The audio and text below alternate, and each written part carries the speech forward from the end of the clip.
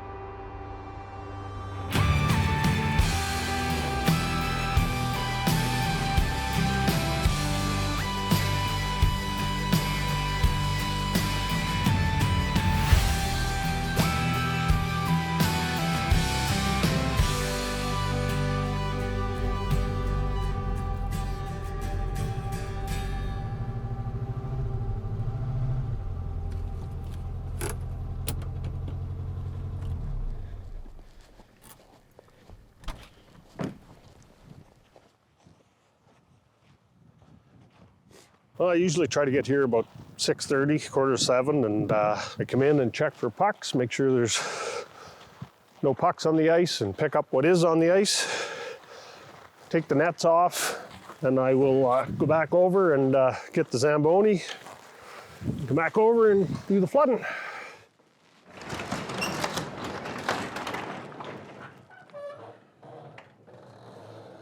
Well, we started this rink in 2002, so I guess I've been probably the main caretaker since then.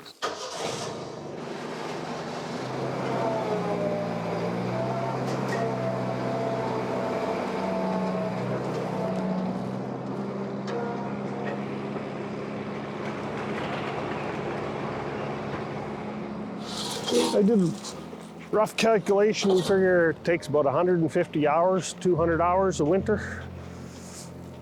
Starting it up and then flood maintaining it every day, so.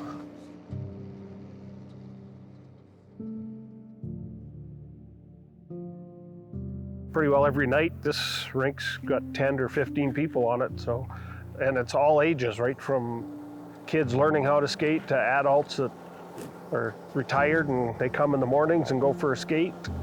It's a very busy spot. Even when it's minus 30 out, it's not very often you don't see somebody out here skating, so it gets used a lot.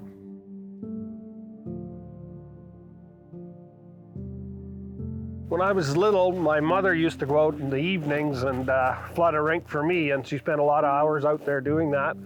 And I guess that's kind of where I felt I should give back. I really didn't have any experience with it. I was on the committee when we decided that we should build this outdoor rink, so I just kind of got involved that way and just kind of took over the caretaking of it. I've got 3 or 4 guys that help out running the ZAMBONI and help doing the caretaking, so it's pretty good. Works pretty good.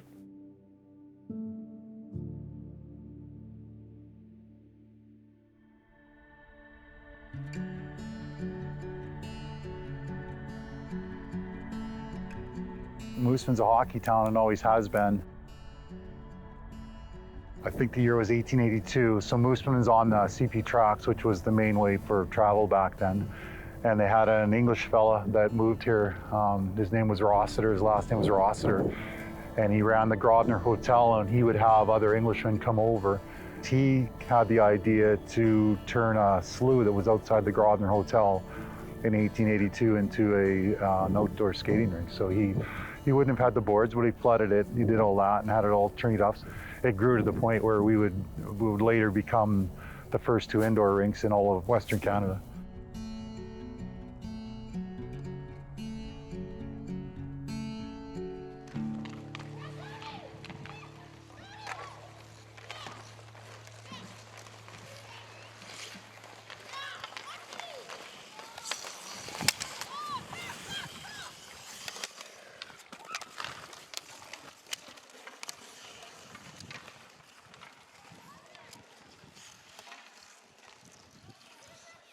I'm the rec director in town. I've been here almost 35 years now, but I have been involved in hockey since I was that high. But I mean, where I grew up, it was no different. We actually skated on a pond.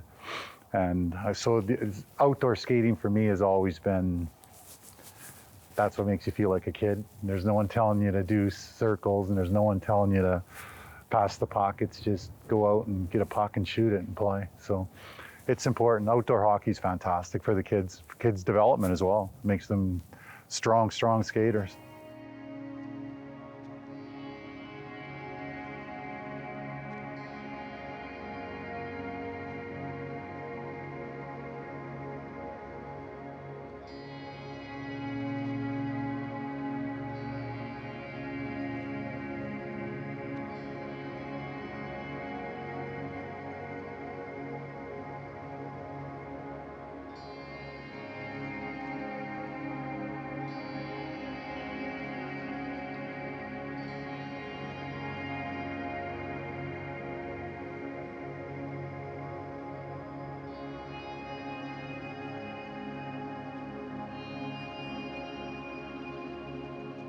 Kids learn to skate and they learn to shoot, and they're not worried about where they're supposed to stand or where they're supposed to go or where they're supposed to be watching, or they're not worried about the score. It's funny, you can play outdoor hockey for 4 hours and it's always last goal in. So you can, it doesn't matter, what the score is. And you see fantastic kid skaters that, grew up on outdoor rinks. The ice isn't obviously quite as pristine. So it takes a little bit of effort to skate. You shoot 1 million pucks in a day. So yeah, it develops players. It's about being a kid, right? So there's no, like I said, there's no score. There's no, at the end, no one knows who won or lost. It's last goal and go in and come back the next day.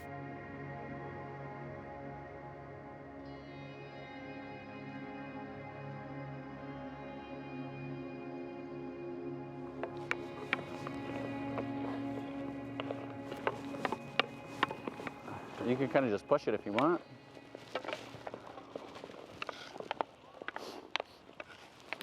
Gets a little windy around the far corner.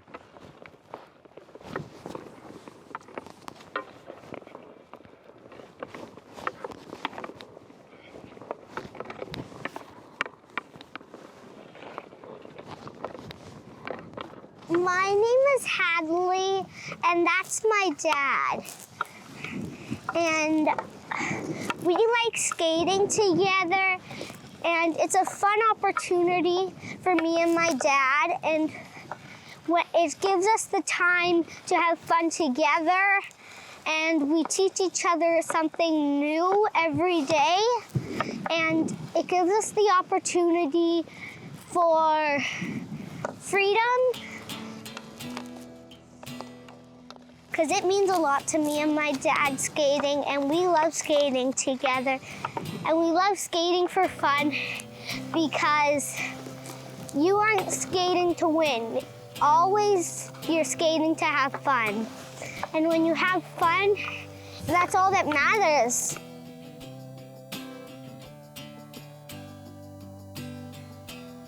So the outdoor rink that we have is very important to the community. Any kids that even maybe aren't involved in minor hockey on a full-time basis can come out and play. Like my daughter, you could ask her pretty much any time of the day and she'd love to come here and skate. Not even just the rink, but I mean, they've got this skating hole you see lots of kids out here. Kids, parents, figure skaters. It's great. I like playing hockey. It gives me the opportunity, and I'm never tired because the air that surrounds me never lets me go tired, because the air that we breathe in keeps us breathing, and it gives us our energy we need. It's always going to be fun no matter how long.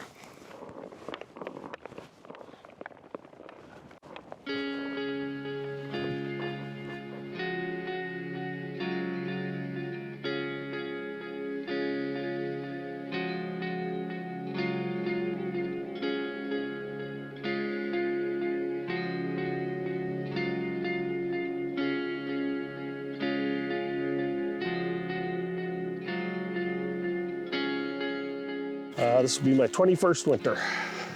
No 2 years are the same. It depends in the fall how cold out it is or how much snow we have.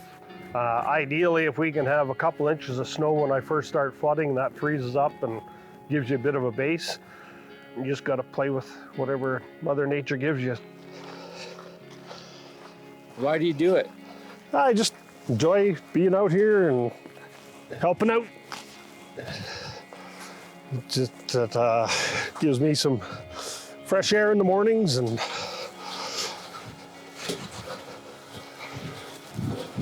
it gets a little tricky if we get snow overnight, because then you can't find the pucks. So hopefully they pick the pucks and stuff up when they leave at night. You know, sometimes I have to do a reality check and say, geez, this is an outdoor rink. It's not, it's not supposed to be perfect. So,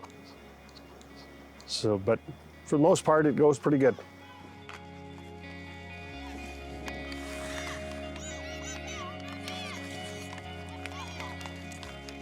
Seeing all the kids out enjoying it, and even the adults that come, it gives them a place to get some exercise. And I just think the fresh air is good for everybody, and getting out and enjoying yourself and getting some exercise. So yeah, it's pretty good memories.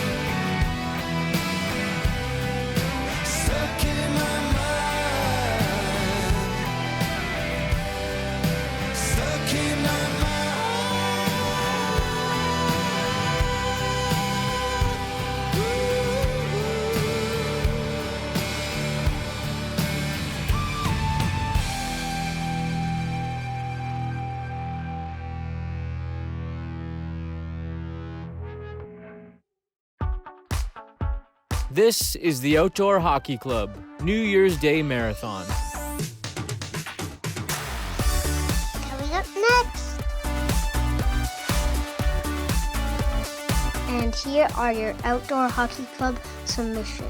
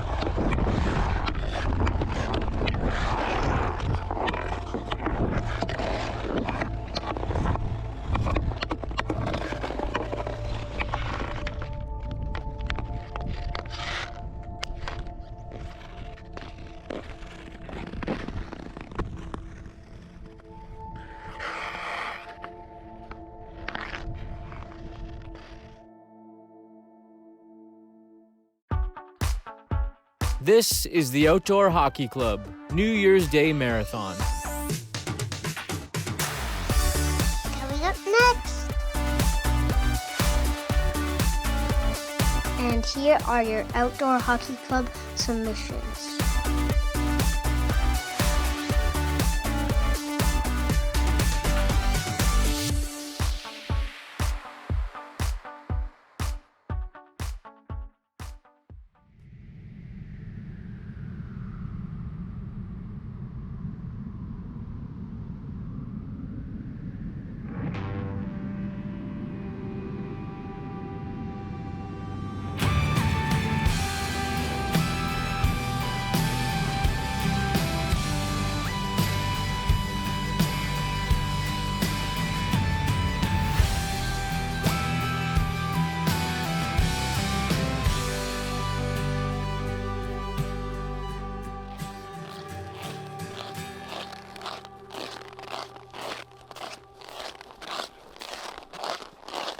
You gotta look for ice along here.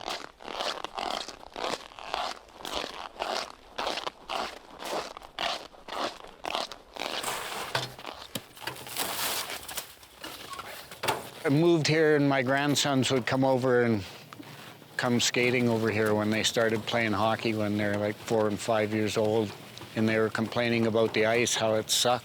So I just remembered how we flooded the ice in Dawson City using a barrel, so I thought I could do that.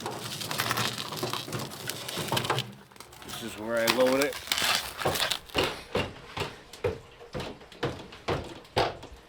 I get up at 4 to stoke the fire, and then I put 3 extra pails to go along with the rest that heated around the stove overnight. I stacked them around the stove, and they heat up. Oh, I just figured it out as I went.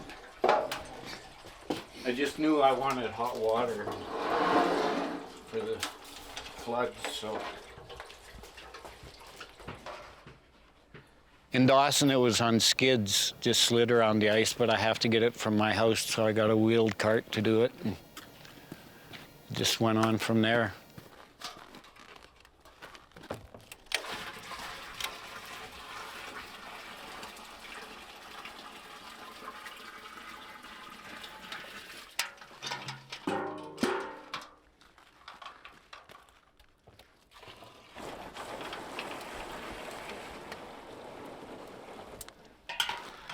So I just have to do that 5 more times.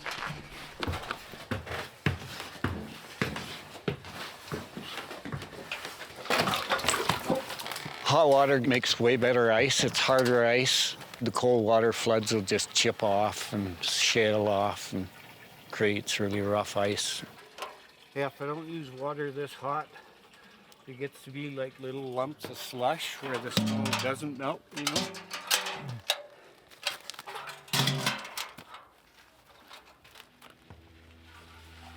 Buster Clare has taken it on himself to create amazing ice surface here, and now his grandkids are grown and they've moved on and they're pursuing careers in hockey. He still maintains this rink for the community. And he's out here every day, like even Christmas morning, 7 o'clock, Christmas morning, he was out here flooding the rink because he knew the community was going to use it during the day. And just his process is, like, I think it's a mix of science and art and caring for the community. Well, I just knew I wanted to use a barrel because that's what we used at the rink when I was a kid in Dawson City. So it just works out that one barrel does this rink.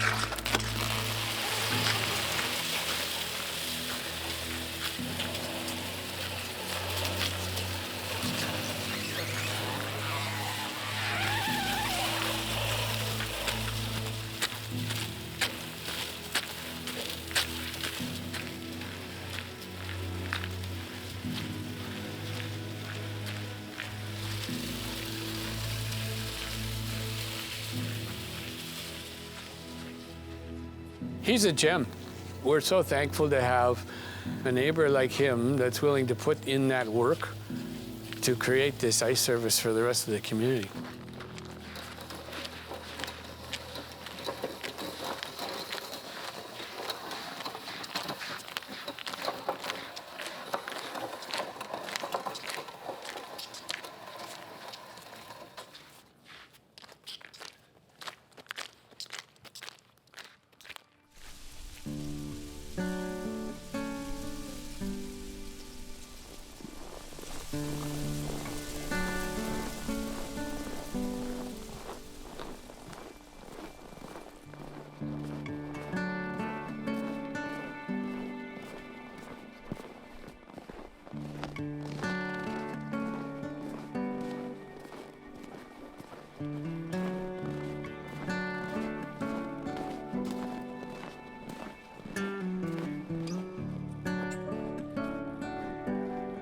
This rink has been here since the community was built, and it's been really a gathering place, especially during the winter.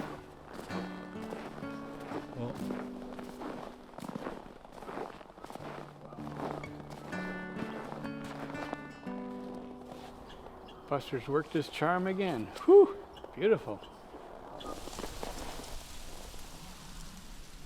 The rink is the Hillcrest Rink. As you can see, it's surrounded by beautiful trees and it's protected from the wind. And it's a community rink that is supported by the residents of Hillcrest. So everybody comes and chips in and maintains the rink. And of course, Buster, our hardworking neighbor, has been the impetus for keeping the rink in really good shape. He does an amazing job, and we're really thankful to him for doing that. After Buster floods the surface and you get to skate on fresh, clean ice, like there's nothing better than that.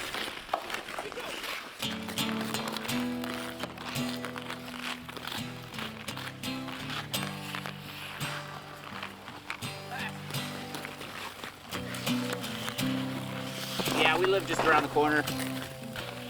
He's a little hockey nut.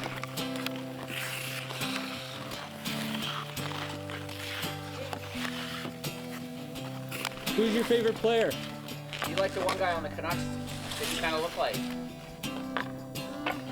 One, two. Pedersen? Yeah. Go for it.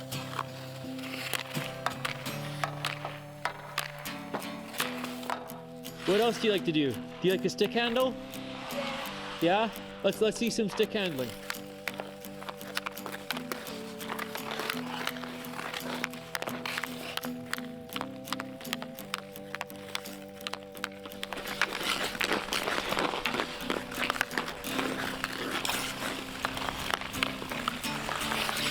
Oh yeah.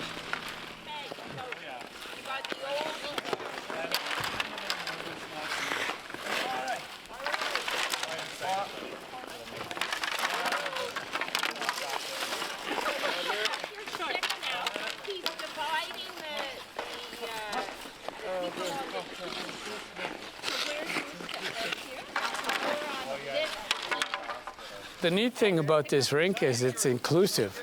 Whoever shows up here can play.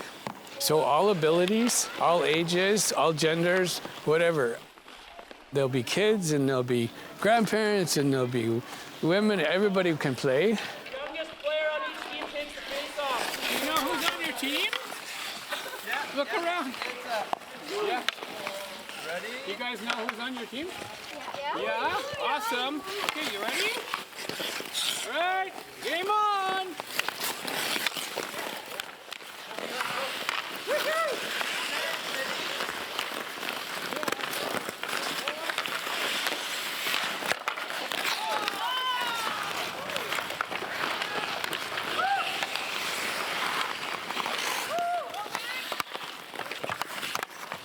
It's just a real happy place, I would say. And because Buster keeps the ice in such good shape, people come from all over Whitehorse to come and skate here.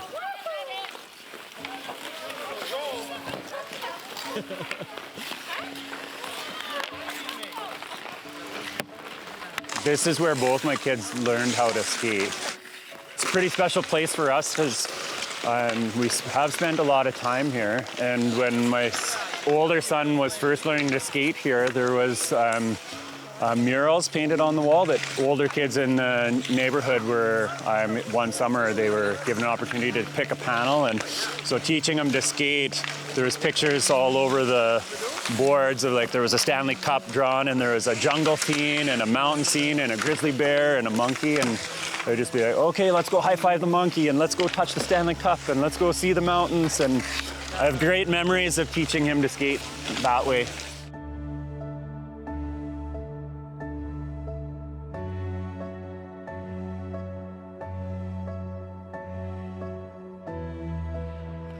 The focus here is on fun, and anyone of any ability level can just come out and play. And at the outdoor rink, they get included. They take turns passing the puck to those people, whether they're 4 years old playing with 20-year-olds or new players, experienced players. Everyone just gets together and has fun. It's a wonderful place for the kids to meet and play. That's really essential, I think, to the health of families and communities is that everyone's welcome.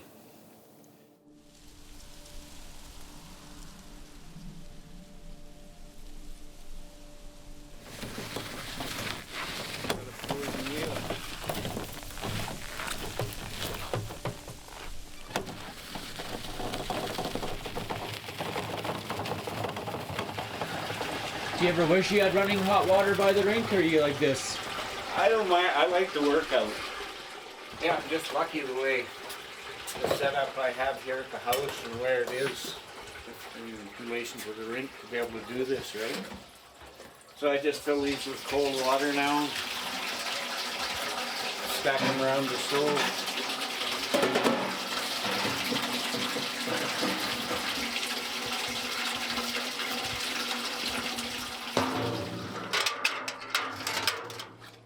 And that's that.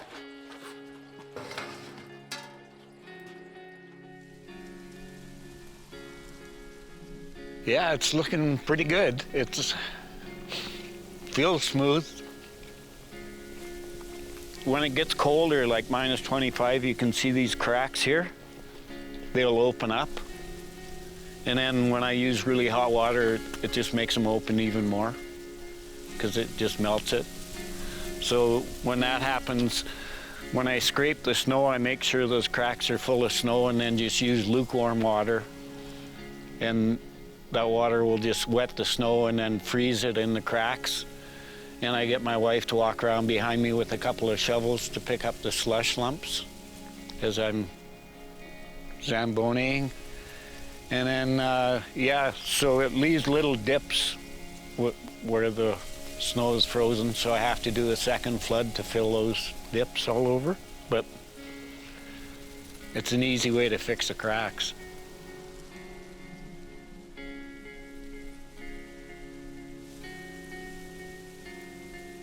I get a great sense of satisfaction to stand here looking at it once I'm done.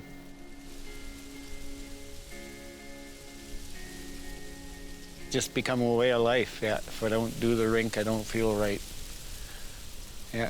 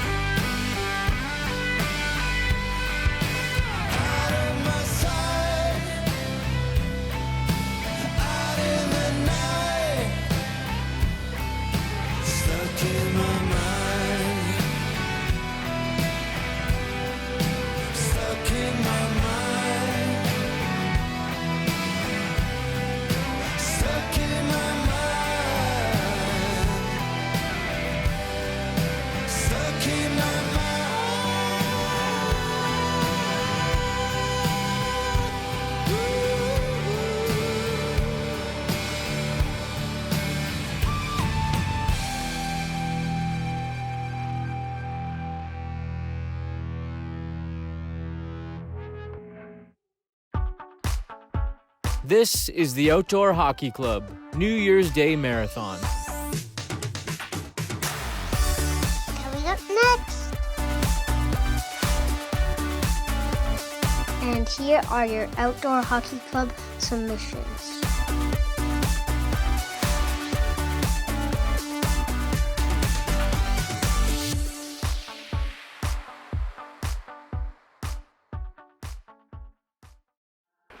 This place is a place where you come and you try your stuff.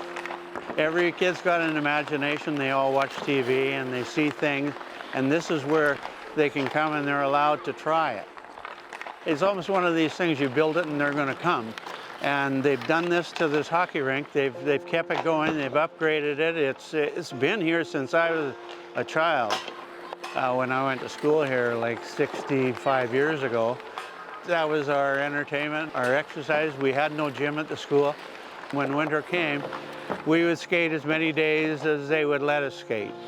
And it still carries on today. Like, it started way back with our parents, and it's carried on to our children and their parents, and they're carrying on the tradition of just keeping this thing going. They put in brand new boards and brand new netting. They really, really have kept up the tradition of keeping this thing going.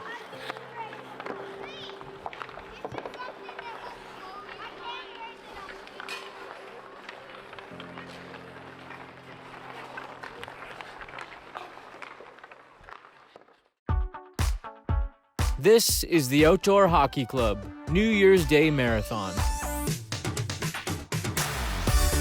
Coming up next. And here are your Outdoor Hockey Club submissions.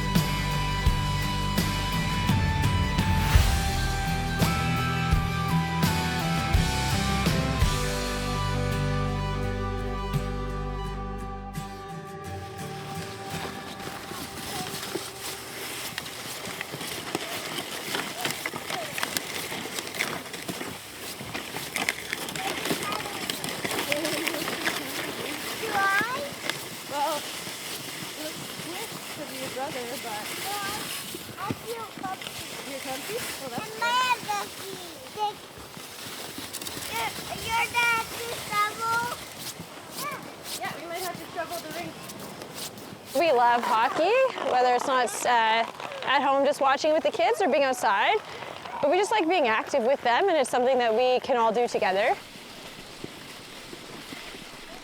So we're very fortunate. We're about a 5-minute walk to get to the rink. There's the rink.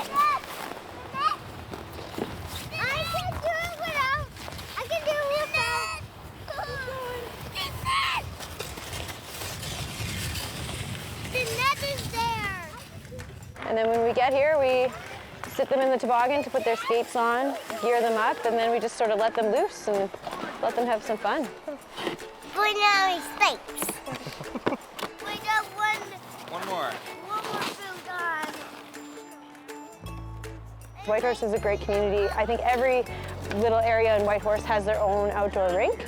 So you just need skates, helmet, stick, and you're pretty much good. We can spend hours out here. I'm doing the ice with you. Okay. So having stuff like this so close to the house, you don't even have to drive. You can just walk over and free. We shovel off when we have to and just help maintain it. But yeah, it's really great being accessible.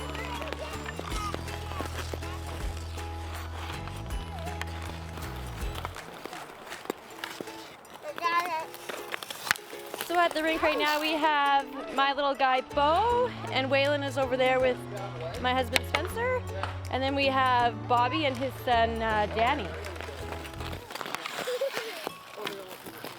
Stick down like that. There you go. Oh, good job. Can you skate over here?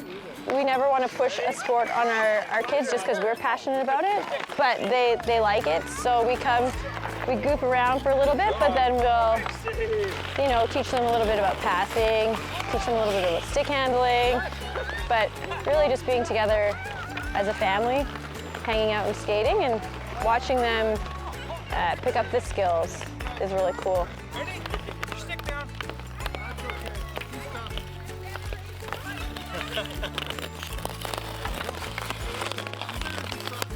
Nice pass.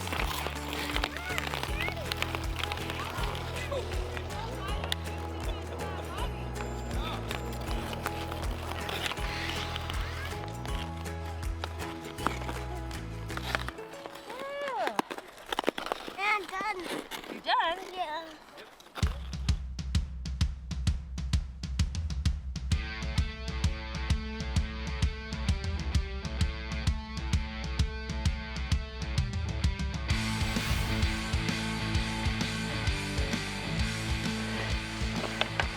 Okay, here you go, Roberta. Woo! Awful pass, sorry, love. We're at Mount Lauren Community Center. We're called the Goon Girls. Just some girls who like to get together once in a while and play some hockey outside. Because it's freaking fun!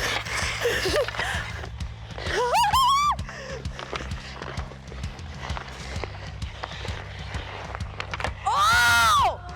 Are you kidding me? Okay. I learned how to skate 2 years ago, and I practice daily to try and make it so I don't fall on my face or hurt my tailbone anymore. I've played like road hockey and done that kind of fun stuff. But actual like rink hockey, this is like my first year playing with the team solidly. You want me to do it?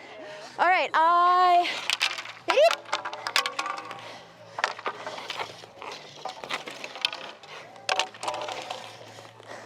And then whose fancy pants is this? That's you? You get to choose your team. Why don't we just do 4 on 3? Yeah. I'm gonna wipe your face on the ice.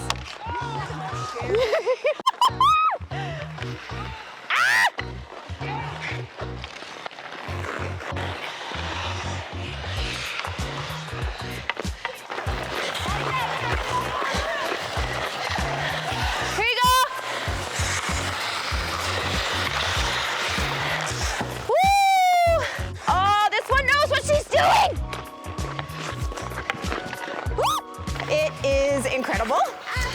It is supportive and welcoming and fun. If you see someone or talk to someone and you know that they like hockey or you know that they like to skate or even if they're just looking for, a new activity, I just am like, you want to be a part of this sweet Facebook page? Yeah, pass.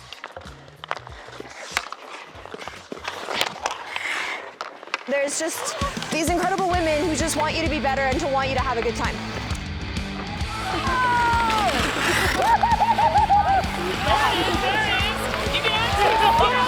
You got it. You had it. Oh, that is product placement.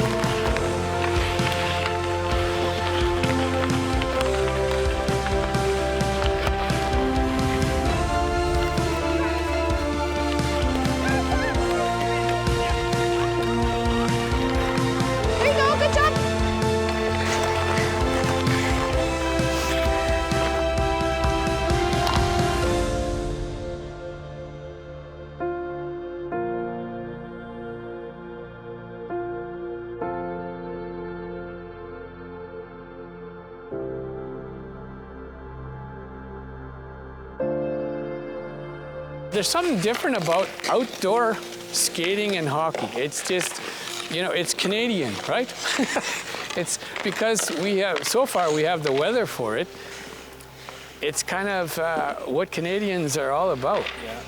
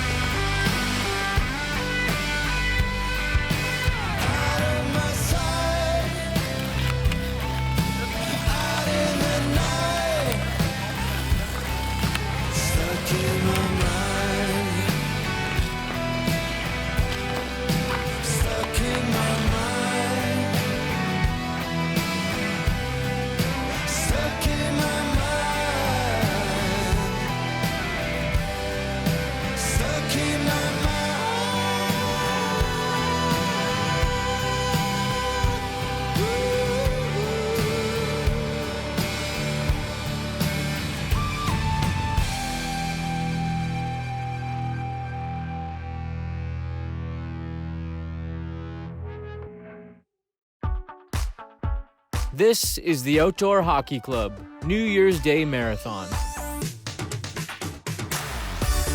Coming up next.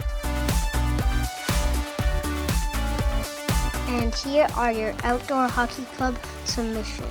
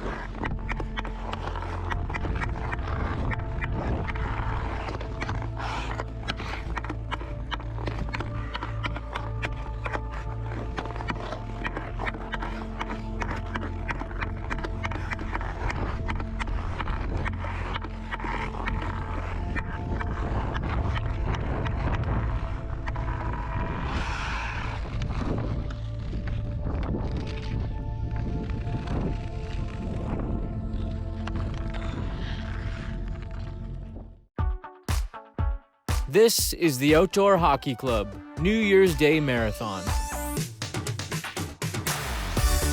Coming up next. And here are your Outdoor Hockey Club submissions.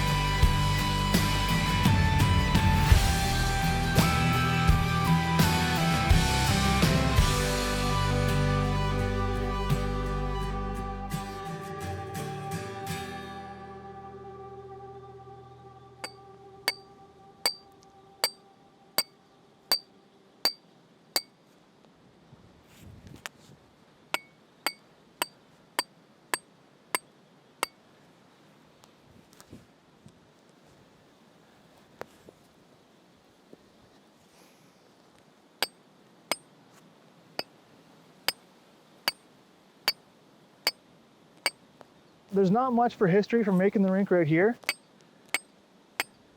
This is only our second time doing a rink here. The first year was great. We were going to try and see how good we can make it with not spending a ton of money, and then see how much use we get. And depending on how much use we're going to get depends on how many improvements we're going to keep making, and kind of see the reaction to our employees and some of the community people, and just keep making improvements year to year. So we built these pegs just to have something solid to screw into. And these boards are just going to be the form for the liner. So they don't have to look super pretty, but we do make sure they're basically level within an inch or so. That way all the water doesn't flood to one side. But these pegs, good thing the ground's not too frozen. Seems like there's like a inch or two of some frost, and then after that it goes through nicely. So basically just making sure it's straight here, and then I can fasten these corners, and this side will be done once I screw it on.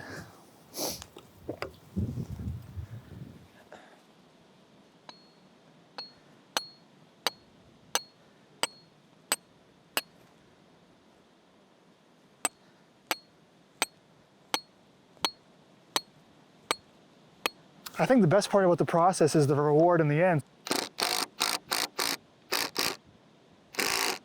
If you know something good's coming out of it, it makes the work a lot more fun. But I don't mind this kind of work anyways, so. And on a day like this, it's super warm. Don't even have to wear gloves. It's very enjoyable just being outside on a day like this.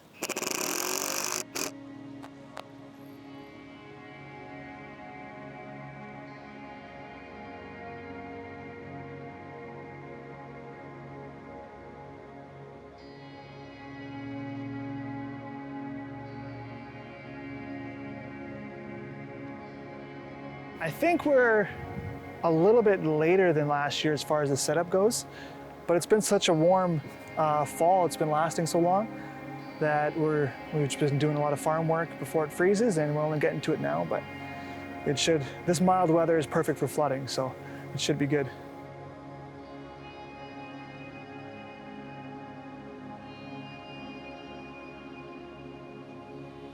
We get to use some farming experience, like let's say we're doing a cement pad or something for putting a grain bin on. We've built lots of forms, hammering stakes in, different type of work that doesn't really relate to hockey until you want to build a rink. For building this rink, we were basically waiting till the weather got too cold to be working outside on a bunch of different farm projects that we had to do. Usually at the end of a year, we kind of have like certain things that we want to fix before the ground freezes. And the weather just stayed super nice, so now we could probably keep going, but we're kind of running out of dirt projects to do. So now we can get started on the rink.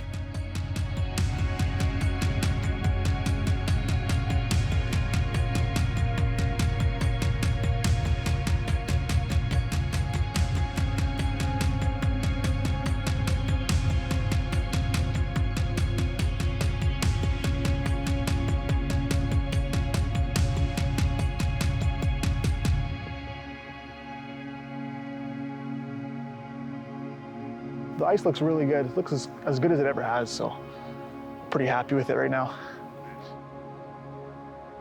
I mean, we actually ran a hose from one of our potato storages, I'm not sure how many 100 feet away, 300 feet away maybe, and ran it all the way to here to do our first flood, so it was all in one shot instead of doing it in truckloads. And then once we had that base, once we knew that was all frozen, then we used the fire truck and did some big hose floods here. And I think we got a really solid base, better than we did last year. So,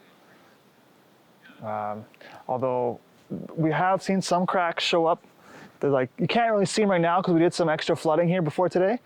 But when it got super cold, like -30, the ice kind of contracted and it made some pretty decent cracks. But I think we got them filled in pretty good.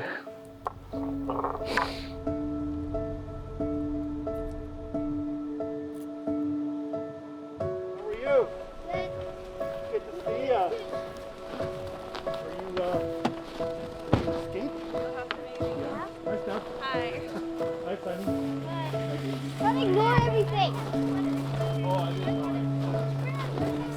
Hey. My red net.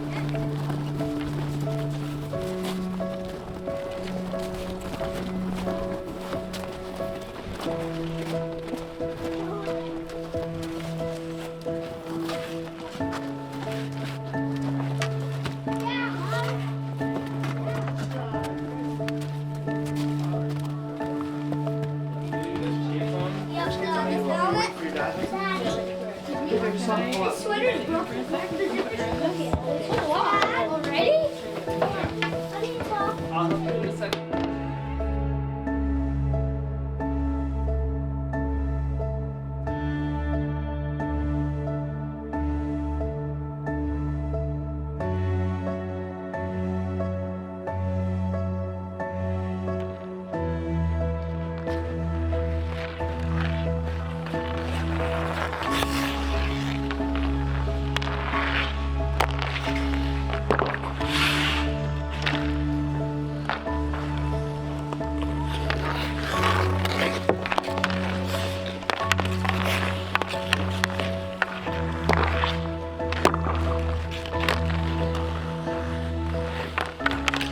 Playing outdoor hockey there's something about it, like when you have to get out here and there wasn't like some really nice ZAMBONI making the ice nice for you.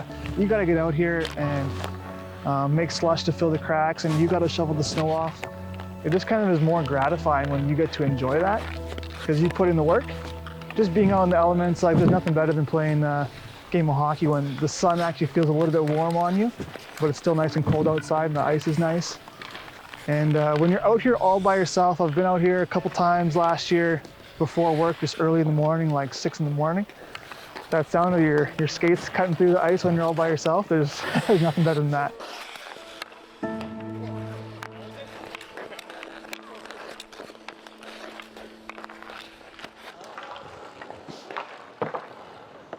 There we go.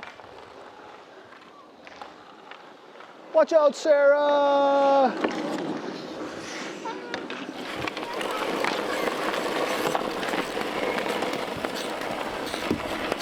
Now let's really skate.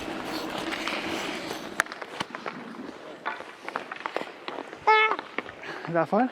Yeah. Well, it's me and my family, so I got my 2 sons skating right now, and the one is just learning to skate. And then my brother and his 2 kids are skating. And then my cousin Andrew is also a business partner at the farm here. He's got a handful of kids here too. We'll often just text each other if one family or another is going to the rink, and then we'll just kind of meet up if we can. And it's always kind of whoever can make it type of deal, and it always ends up being pretty fun. So, but yeah, this is the exact reason to just have the kids, give them a place to skate, a place to just hang out with their friends. They're not all on the same team in like minor or rec hockey in town, so this gives them a chance to play together. All these kids skating right now are all cousins, so it's kind of a good family-oriented rink going on right now.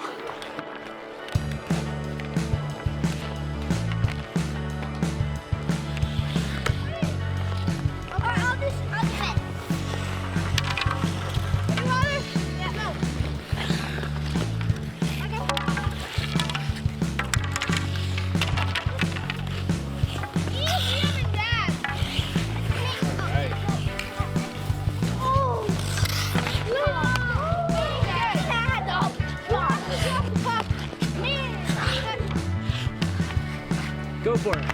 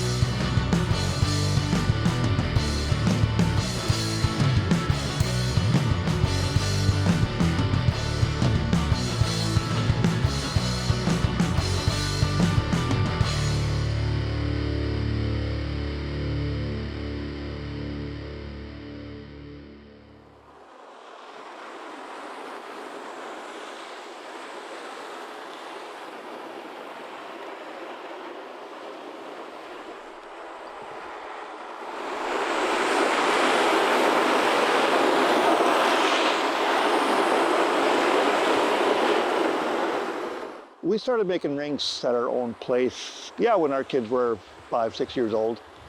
Just get them out there and get them skating, and there's just something special about being together as a family, and even more special because we all love this type of activity, and just to see the kind of the joy in the young kids as they kind of develop their own hockey skills and playing as a team. Yeah, pretty special.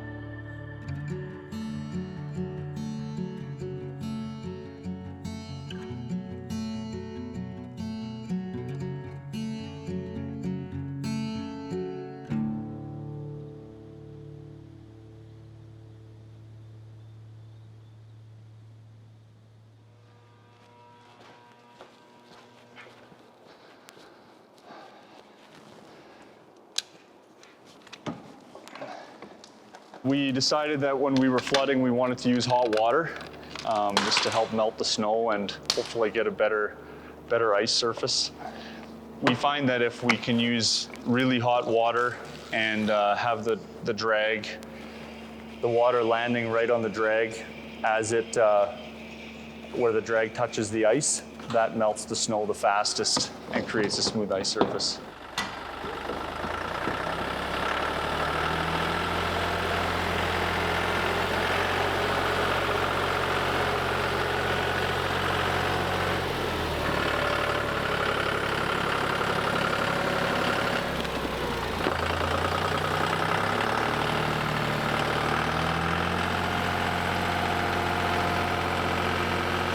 So this tractor was a retirement gift to my grandpa when he retired about 20 years ago. And so now he's since passed away, but the farm got the tractor back and we use it to flood the ice. And it's a nice way to remember Grandpa and all that he did to build this farm.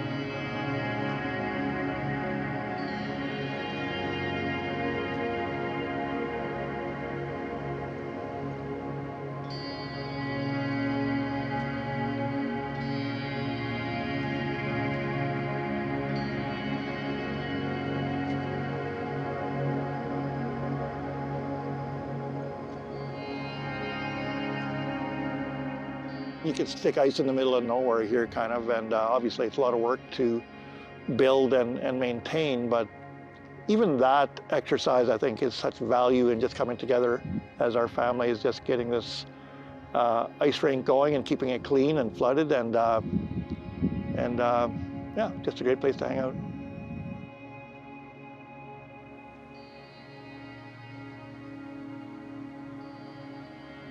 All right, guys.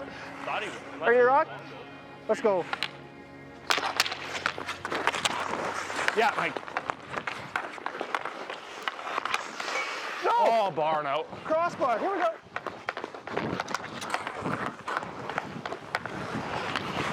Oh. My bad. Hey. Oh, let's go. Nice movement, nice movement. Oh, no. Oh, the no shot. Nice sauce.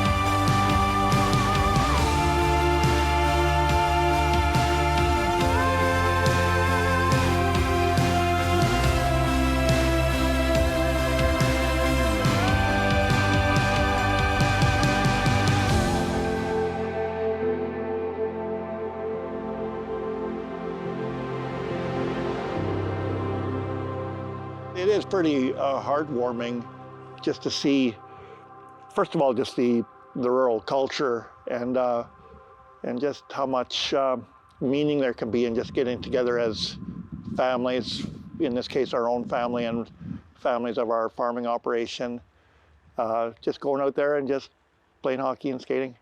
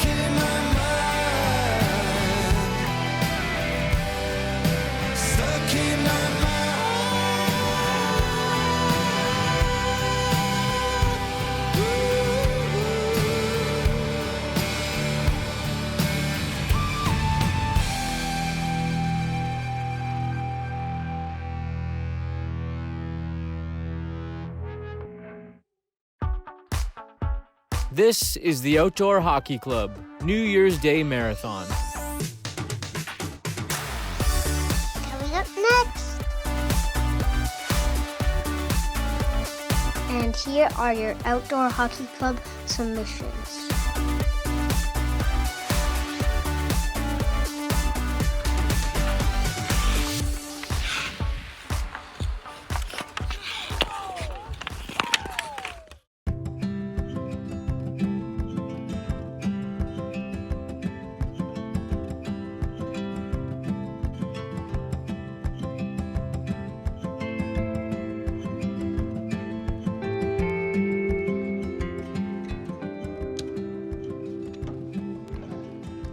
We decided that when we were flooding, we wanted to use hot water just to help melt the snow and hopefully get a better ice surface.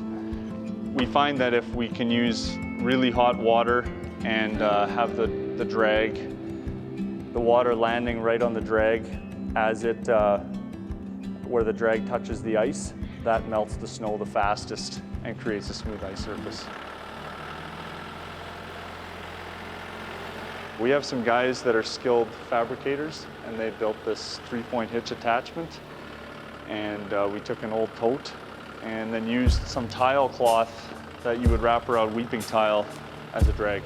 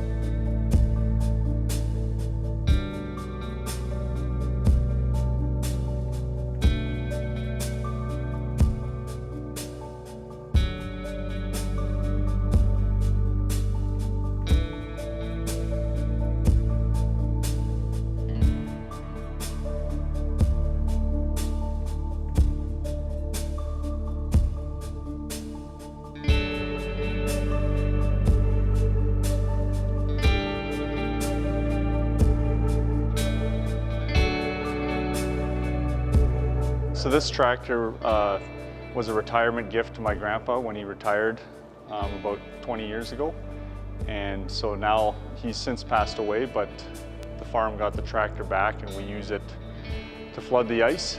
And it's a nice way to remember Grandpa and all that he did to build this farm.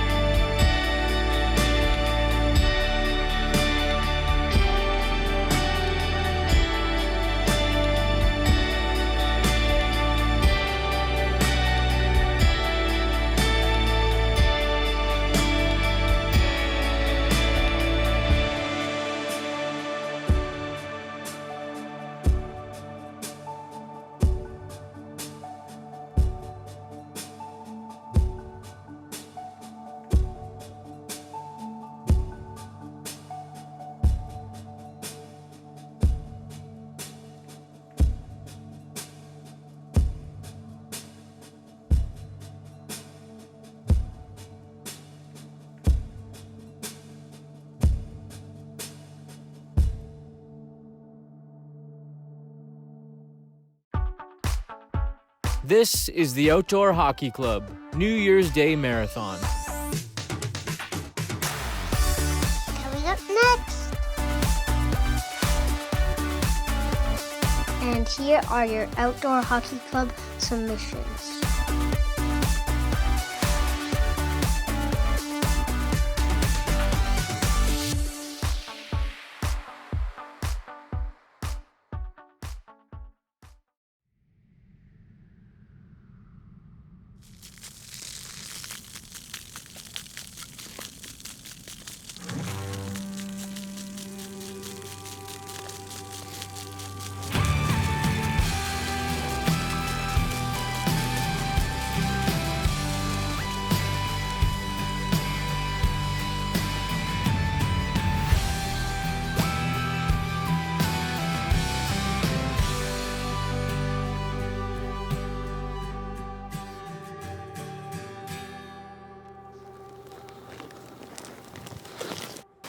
I'll use these ones for here.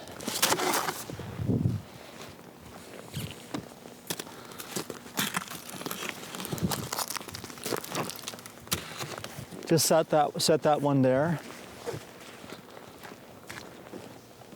Okay, you grab that last one, I'll work on the nets.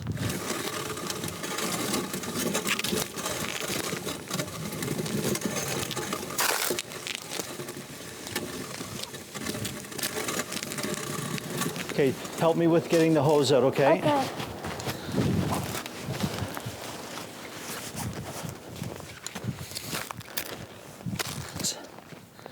That's pretty solid. Couple spots. What's going on there? Something. Definitely. Couple air bubbles still.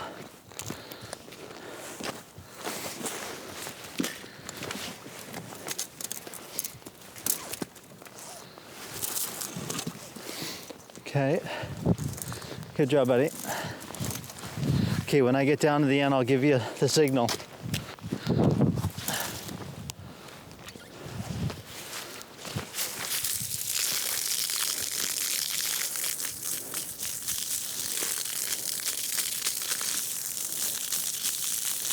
Okay, there we go. There's the hot.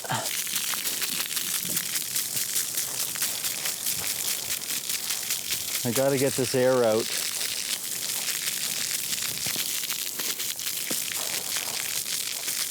There's some holes over here. Yep, it's pretty good considering it was 13 degrees the other day. When the hot water is melting into the ice, so I have to keep moving the hose so it doesn't melt in.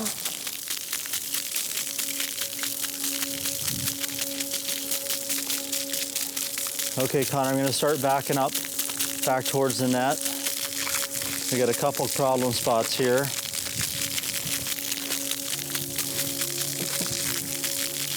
This is like my fortress of solitude. To be down here on some nights, no phones, no technology, quiet, out in nature, and making good ice.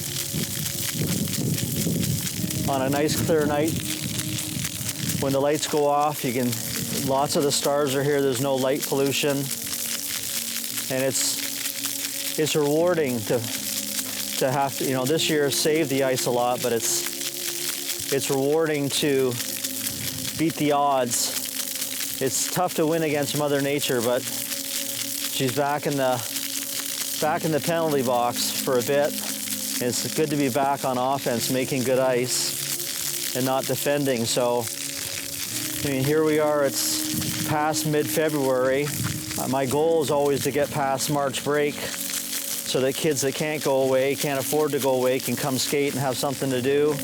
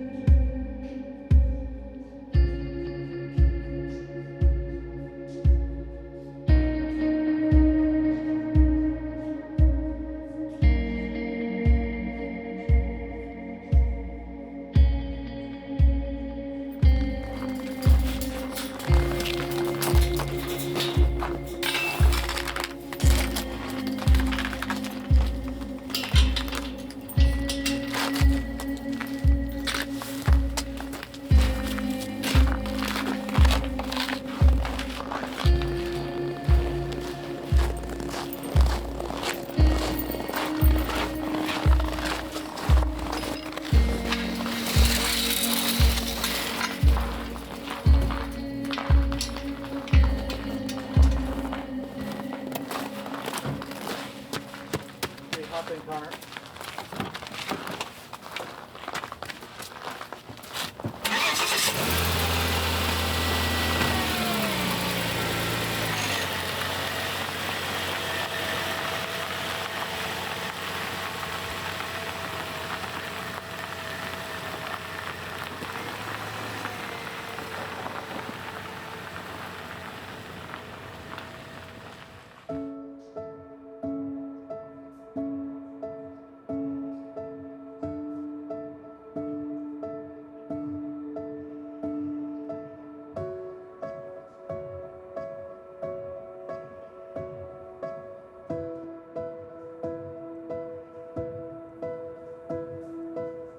Looks really good.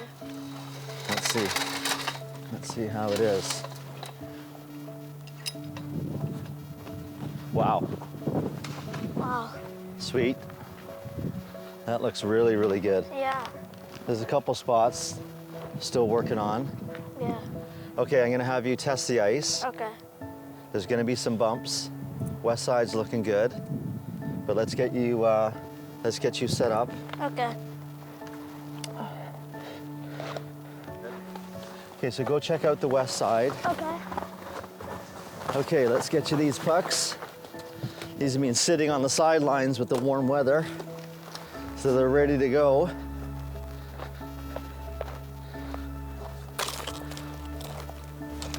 Okay, you want a puck? Want a puck? Want a puck? Go get them. Have fun.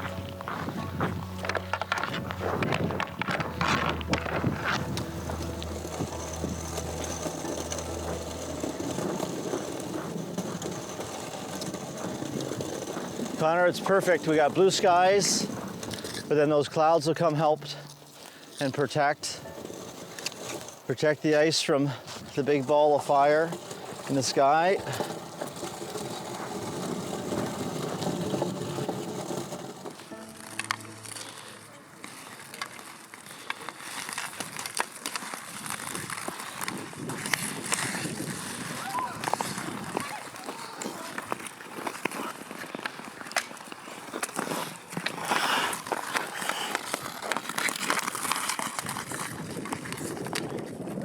The good thing about this, there's no pressure on you, there's no stress, and because it's just for fun, you can like change sticks, or you can just open stuff up. You can make new teams, like make friends that you've never seen before. Just call them over to play. But then in real hockey, you can't because you've already made your team. And also because like you can try new things like that you wouldn't get to do in a game, like you can do a Michigan, or you can touch it between your legs. You can play different positions. Yeah. You can try new things. You can try practice your shooting, practice other things that you need to work on, that you need to get better at. A good story. Whenever I need help with the rink, the one year I need to roll up the liner, and the liner is about, I don't know, 600 pounds. And I said, okay, teenagers, I need help. Come down, we're cleaning up the rink. Well, Rich shows up, and then Doug shows up. So with the combined age of, we got 83, 76, 53, almost 220 years of age, the three of us are rolling up the rink. I'm like, where are all these kids and teenagers? But these guys are always available to come down and help and flood. And Doug, I didn't know this. You told me this story about 4 years ago about you doing a rink in Rexdale. And I said, Dad, like, when are you gonna tell me these stories that you did an outdoor rink hooked up to the fire, with the fire department with the fire hose? I had no idea that you did that rink. So I didn't know that I had that in my blood when I started this, so. Yeah. So you come by it honestly?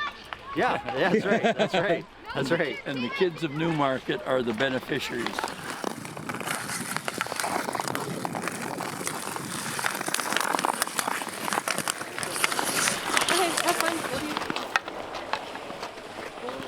So about 5 years ago, my son got interested in hockey, but as a single parent, it was hard to make it all work out. So I found out about this rink, and that's what gave my son the opportunity to try out hockey in a way that fit with my budget, and he fell in love with the game. It was amazing to see. It's where we come all the time. It's his second home. We're here for hours and hours and hours. The rink is just, for me, it's the best part of hockey. It's everyone coming together regardless of house league or rep or where they play, and just seeing the kids having fun, it's just incredible. Okay, well, if I throw you a puck, will you shoot it in the net?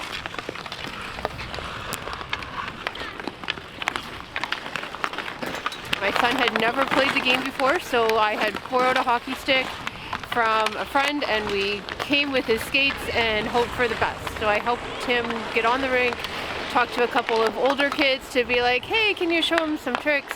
And just watched as he fell in love with the game.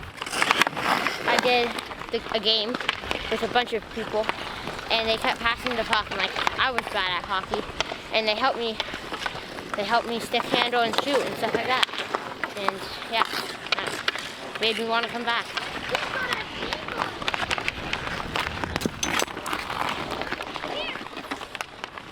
Come on. Come on, let's go see Chris. Yeah, want to go see the hockey? Yeah? Okay. That's a good boy. That's a good boy. Come on. Come on. Let's go see him. Come on. Shared outdoor public spaces are the cornerstone of a strong, great community. And so this is just incredibly powerful. And I'd go a step further. I mean, you know, like a coach in a sport, you're not just teaching them to play hockey. You're teaching them more about life. And what Chris has really done when you think about it here is, you know, the kids, the older kids and adults are supposed to help shovel, maybe, you know, bring some food for the food pantry. I mean, this is really, when you think about it, teaching these kids, somewhat subtly and directly, but teaching them, that's what a community is about. A community is about playing together, playing with whoever shows up, helping out, shoveling, doing your part, thinking about those in your community who need some help. That's really, it's a powerful lesson he's sending to these kids all the time. Week in and week out, they're learning that, right? They're picking up on that.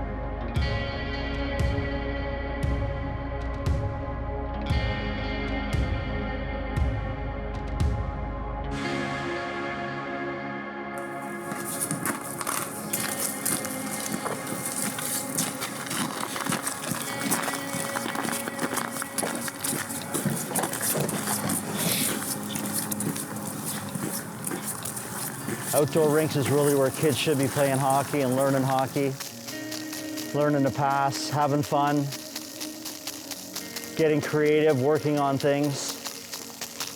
I always try and make it as good as possible for that kid that shows up that's never played hockey or is learning, that doesn't want to fall.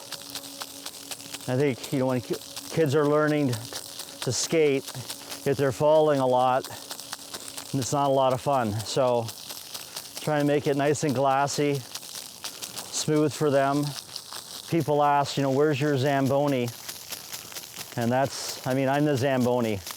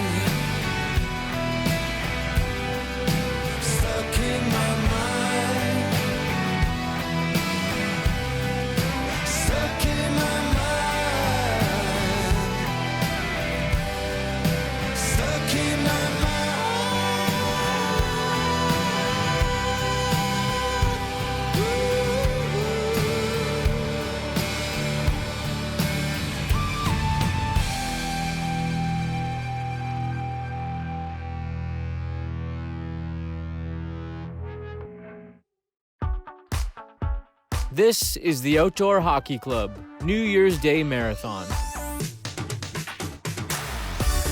Coming up next. And here are your Outdoor Hockey Club submissions.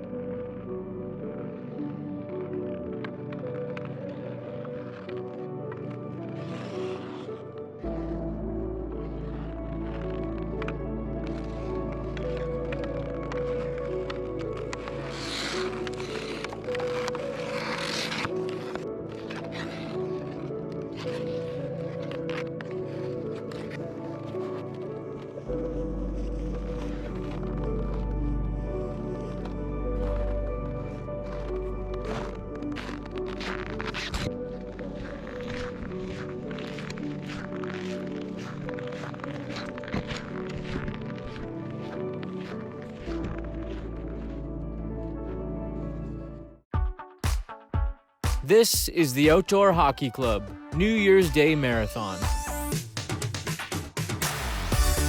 Coming up next. And here are your Outdoor Hockey Club submissions.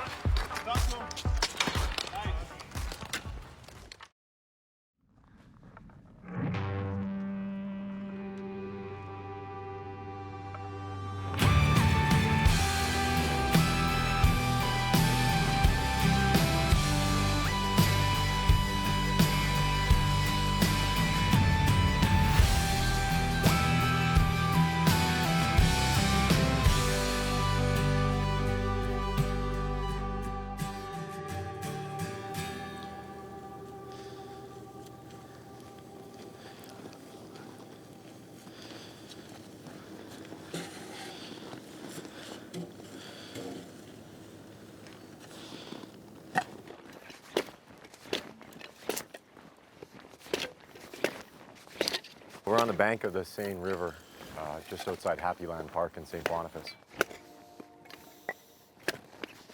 It's just the backyard on the river, but it's a really beautiful spot to entertain, be outside in nature, kind of feel what winter can be all about, the good stuff.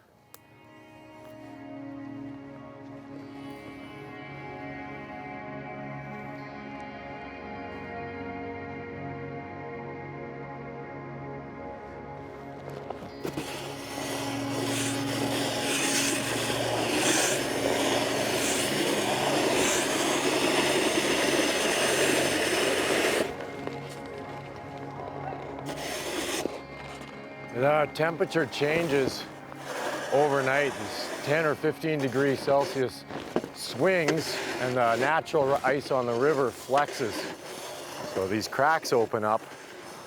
When you catch your skate on it, when you're battling somebody for the puck, you can go for a tumble, and it's shinny, so we don't have our helmets or knee pads or elbow pads or things on all the time.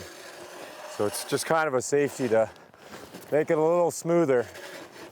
And every day that you get a big temperature change, you have to come back out and see what kind of shape it's in. It's the amount of work that it takes to keep these cracks in good shape is really why I put the second rink on shore, because it doesn't have the same pressure crack problem. You can work on making it in really good shape, but you have to learn to appreciate that the natural ice has a different feel to it.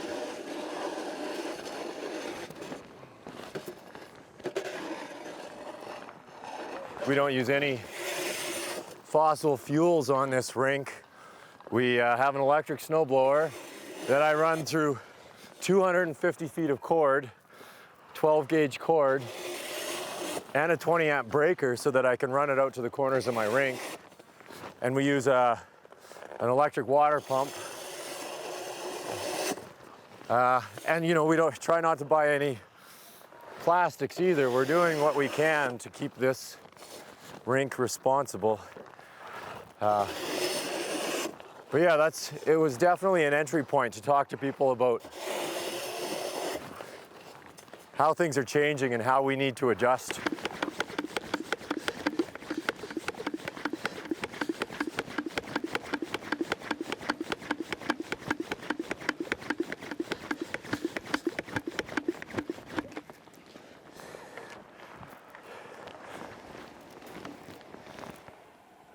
This ice hasn't been resurfaced or flooded or hardly anything. This is basically, I spray it a tiny little bit.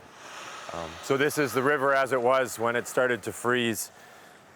You know, and those first few skates are really, really magical. And as you go along, I think that in this instance, staring at the forest, whether it's, you know, beautiful evenings or afternoons when we've got this beautiful light, but even skating at night, you know, we have lights out here, but they turn off right around 9 on the timer, and sometimes you'll be down here and the lights will turn off. And then you're still skating around, you know, staring at the stars and the moon coming up over in that direction. It's a totally different feel. It's quiet. There'll be critters out here, the fox trotting down the river while you're skating. It's magic. It's absolutely magic to be out and experiencing this.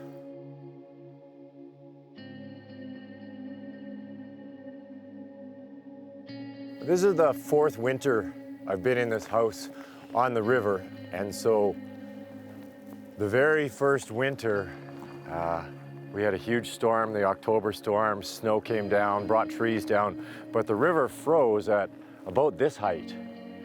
And so the whole forest was flooded, and as we got the cold temperatures, a sheet of ice formed in the forest. And that sheet of ice got thicker, and it got thick enough for us to walk on and skate on. And so my son and I were spending our time in the forest skating, and we realized this was a special experience that we wanted to take advantage of. So we shoveled trails on the ice and learned how to put lines on the ice and curl that first year and throw some milk jugs. And we learned what it took to flood and to make little drag ZAMBONIs to resurface the ice. And as the river level went down all winter, the ice sheet settled onto the forest floor, and it settled over top of logs and stumps. And so we actually had hills, banked corners. You go down a corner and then you had to skate uphill, and people aren't used to skating uphill. So that was a really amazing experience.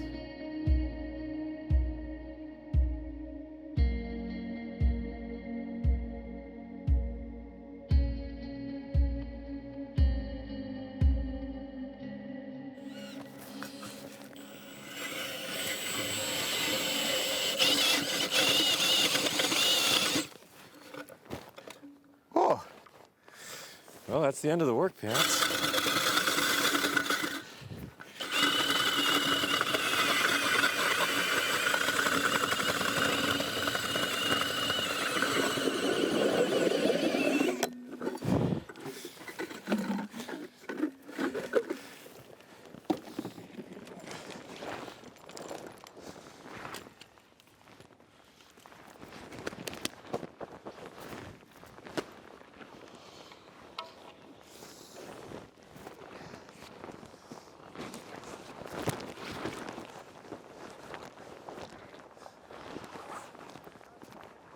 Yeah, that first, like when you stare at the ice after you've done a quick spray flood and it's glistening and it's flat and you know that you're going up to put the pumps away and in 20 minutes time you're coming out to get tracks. And those first cuts, the ice is very dark. It's not the white ice that you find in an arena, and you see those first cuts in the snow spray, and you know, you do some spins and you know, and crossovers and things like that, and the puck is just flying along the ice. There's a lot of joy in that from a, you know, from a skating perspective, from the just feeling how you dig your legs in to make your corners, and it's really special.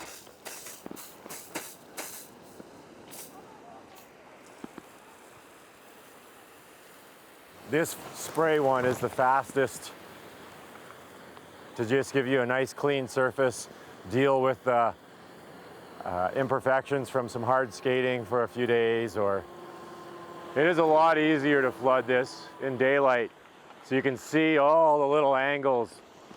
Doing it under the floodlights works, but there's a lot of imperfections that you can't sort of try and solve.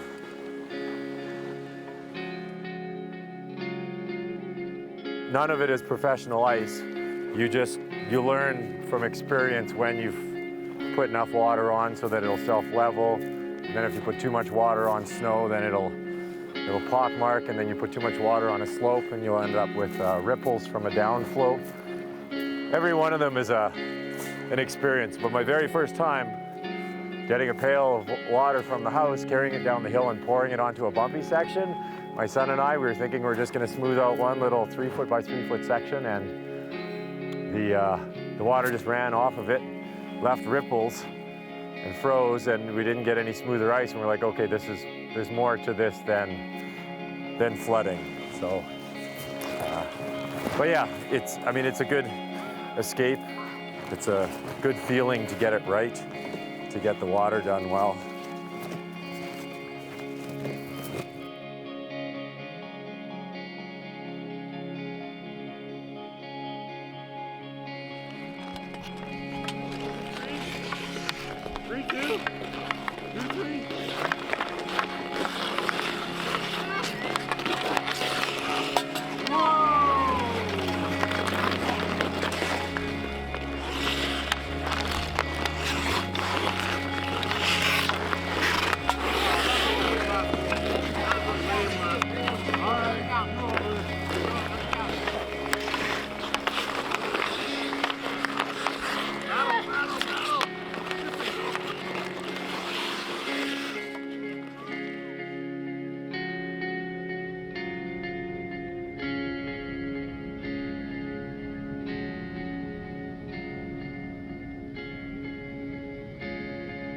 Rules for us playing one-on-one, which there's a lot of games, especially over the pandemic, was you have to get it through the other player's legs. You got to 5-hole the player before you're allowed to shoot it into their net.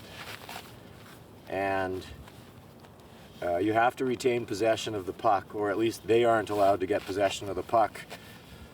Otherwise, you have to put it through their legs again before you're allowed to score. And then once you've scored, you have to go back over the red line and wait on your side until they bring the puck over the red line. And we're both competitive, so we pay attention to those things. For a while there, I had the longer reach, and he's getting taller. I mean, I'm still better, but...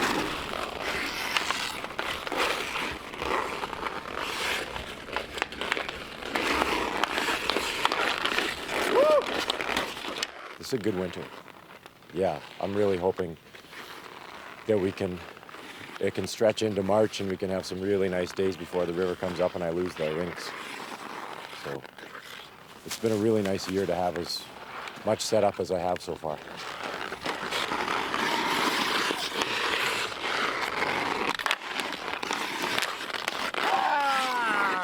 To have this space to just settle down, to bring people, right? So our house is very small, but we can have people over. Being out on the ice is a sort of escapism. It's a bit of therapy as well. And we love being outside, and a lot of our friends maybe don't spend as much time outside. So we're kind of teaching and encouraging them to find that joy in winter and find that escape and a little bit of relaxation outside.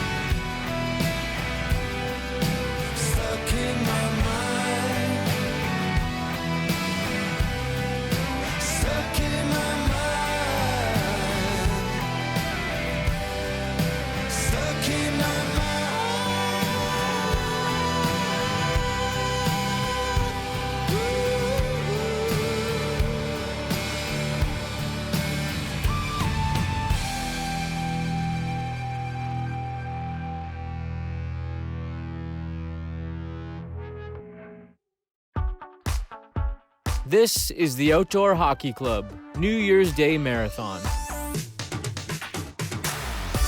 Coming up next. And here are your Outdoor Hockey Club submissions.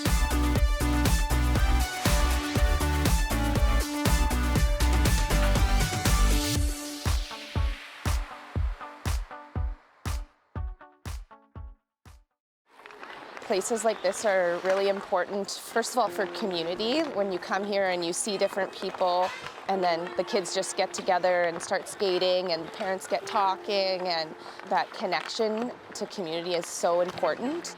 I think like when I was a younger kid, you don't realize the effort and the amount of time and volunteerism that gets put into keeping a place like this afloat. As I got more involved with the community center, you begin to see what's involved in keeping a place like this running, and also the importance of it. Now I have 3 kids of my own, and this has been a very special place for us to bring our kids and to teach them how to skate. And I think that's what makes our town really special, is we do have such a strong community connection. And then along with that, you can't go wrong with fresh air and movement.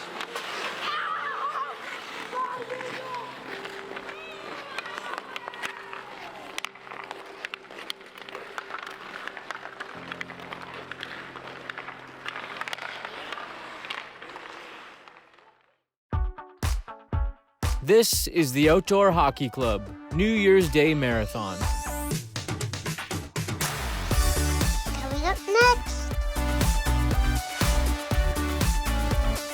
And here are your outdoor hockey club submissions.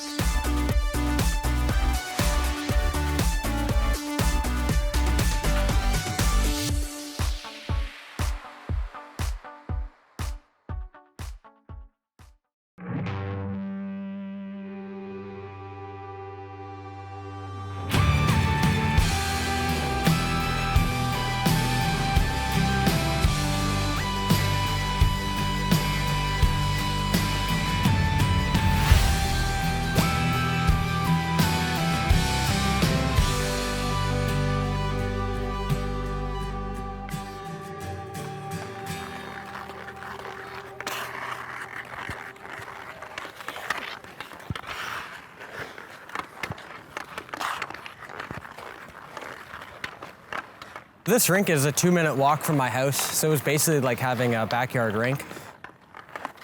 I think when I was age 14 to 19, I was here like probably 5 times a week, even with hockey. Daily, I'll spend a lot of time on like small area cutback moves and stuff, so I'll pretend I'm in like a small corner, just trying to keep the head up, changing direction, making switchback moves, and then always leading into a shot at the end of the drill. So pretending like you have a defender on you and you have pass options available, always looking like you're ready to pass or shoot. And at the end of the drill, you just take a shot on net, make it fun.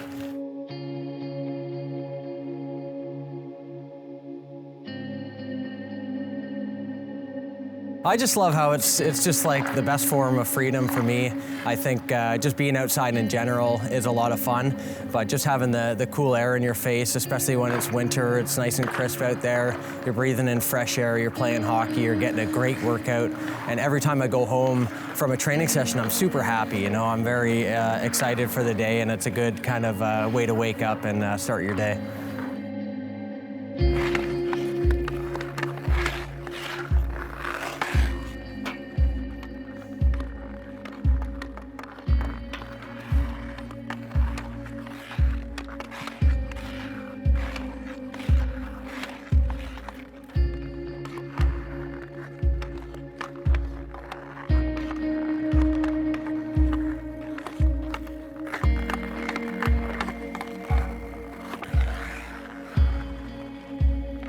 Backhands, baby. As you're stick handling around, you never want to lose functionality in your stick handling. So if it comes close to my feet, I lose functionality. I'm not able to shoot or pass or stick handle. And same thing when I'm too far out, right? I lose that functionality. So we want to teach these kids, be functional the entire time you're stick handling, trying to keep the head up. Okay, soft hands. So in between any of your stick handles, say you have a pass or shot that opens up, you'd be able to shoot at any point in the stick handling there. I played in the outdoor rinks all throughout my life. I would go before school, I would skip school, I would go after school. I would do whatever I could to get on those rinks. It was something I just loved to do. It was an outlet for me as a kid, something, you know, I really loved to do. You know, some people like photography, some people like other artistic things. I love just getting better at stick handling and learning how to do different moves in hockey in general. I love being out there. You versus me, go ahead. Let's try and dangle. Oh! Got the moves. Oh! Oh! Oh my God! Broke my ankles. Oh my God. Here, give me the puck. I can't get it off you. All right, ready? Ready? Flip. Oh. Oh, oh, oh, oh, oh. Oh!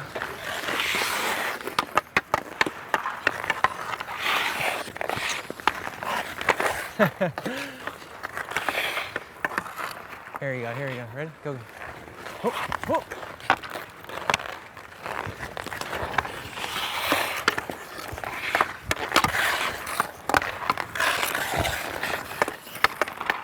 Yeah, all yours, all yours. Go ahead, go ahead. Oh.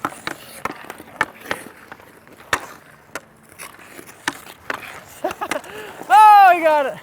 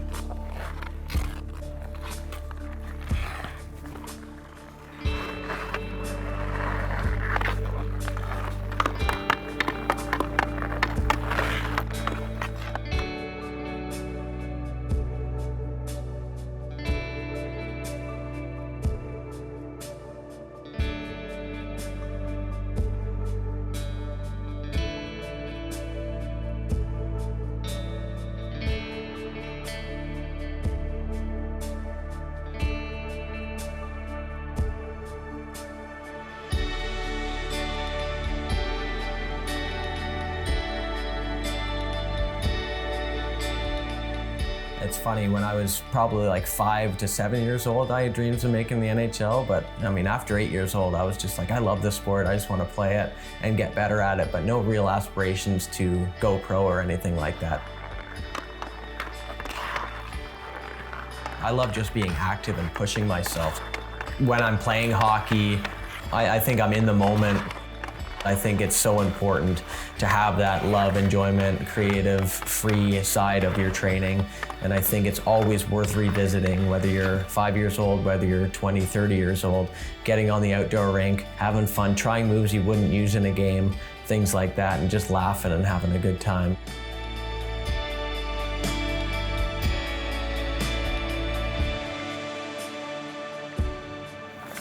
Yeah, time flies when you're out here though. Good thing they got a clock. Take time.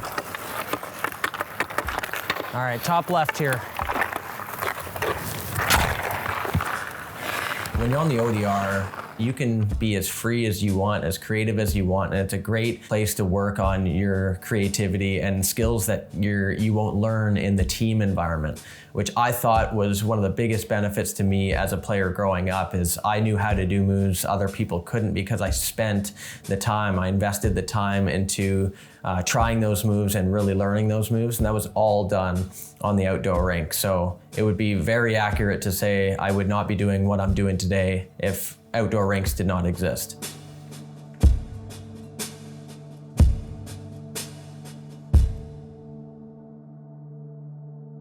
Can you do it 2 in a row? 2 in a row? Let's do it.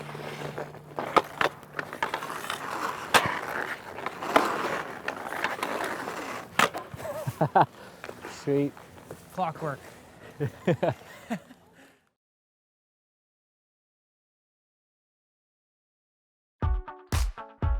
This is the Outdoor Hockey Club New Year's Day Marathon. Coming up next. And here are your Outdoor Hockey Club submissions.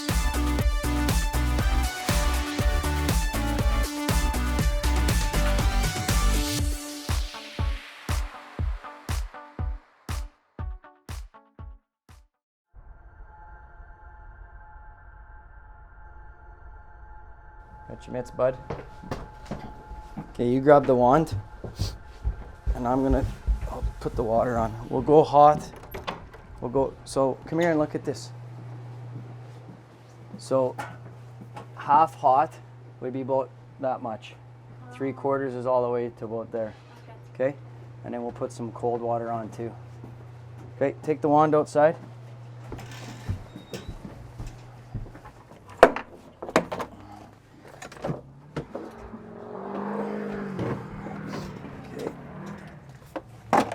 Kenton, if you want to attach that to the house.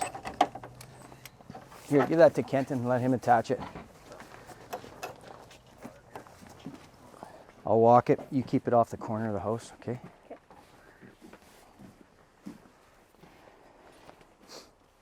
Okay. Just hold that. Go shut the door.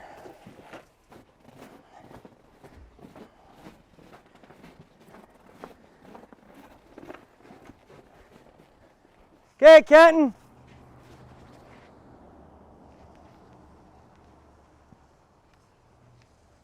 This was built by some kids in the shop class in the high school, actually. And then the Mennonite ladies have a shop across from my wife's in town, and they built the terry cloth to match the size of it. And we're running probably 3/4 hot water because it's nice out tonight. But as it gets colder, we run a little bit colder water because we have so much water underneath here that the temperature difference will sometimes crack it. So we do 2 quick laps in the end here, and then we go full length after that. This is the 10th year we've done it. We started in 2013, and actually Ty, my youngest right there, this is where he started to skate. As we look back at the pictures, my wife had some pictures the other day, and we bring him out for 2 minutes and he'd be done, and then we bring him out for 5, and then we bring him out for 10, and then eventually he didn't want to come off the ice. So that was 2013, and all we had was just the small boards. as they got a little bit older, so he's 11 now, and the older kids could shoot a little bit higher. We had boards on the ends to build up, but then Kenton just through COVID bought all this netting, and that was a game changer for us too. Found a lot more pucks and a lot less neighbors unhappy with us. My neighbor across the street there has still managed to find the odd puck in his driveway, but it is what it is. He's good with it. So yeah, this is year 10, and we learn lots as we go. The boys have worked at it along with Kenton to teach them how to run the hose and keep it out of the feet, and you can see it freezes pretty quick out here, even though it's barely below zero. The size is actually based on farmer's silage tarp, and it's 100 feet by 40 feet. We put snowbanks down. Kenton this year brought a tractor in so we could get some snow out of the yards, and we put the tarp over the snowbanks, and then we use a hose out of this house and a hose out of Kenton's house, and put the water run for about 18 to 20 hours out here until it freezes. All right, okay, grab the hose. Watch your feet there, Ken.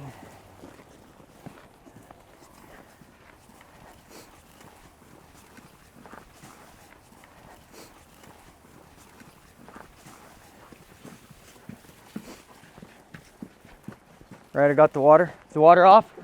Okay. Hold the handle. Good. Pardon me? Okay, that's all right. Okay, take that back into the house tie. I'll wind that up there, Ken. Got her? Okay. This has been a game changer. Putting a hose away in 35 seconds as opposed to 20 minutes frozen, solid. Especially when it's 20 or 30 below out here when we do this. Okay, right there. All right. And we're done. So if it was a little colder, we'd probably consider flooding it, running it across again a second time, because it only takes, and then the second time goes a lot faster yet. So it only takes about, yeah, probably 7 or 8 minutes, Ty, eh? So yeah, we're done. Kids are skating in probably, I don't know, 10 minutes. They'll be ready to go. The ice will be ready and frozen. This one's seen better days. Oh yeah, this is what mine looked like last year until I bought that other one. There. But you can see it's froze up nice. Yeah, it's froze up nicely. Love it. Wow. We just kind of been picking away. Kenton's the carpenter. He puts all the boards and everything up out there. We tried wood boards at one time on the ends instead of netting, but as the kids got older and bigger and shooting better, they were putting them through the plywood, and so that didn't work very well. So we learned, okay, well let's get the netting now, right? And the netting's been really good. I mean, there's the odd hole in it, but large in part it's keeping the pucks in, and we're not destroying the neighborhood. Every year we get better at it. Yes. It's one of those things. Oh, this didn't work or that didn't work, and you make it better.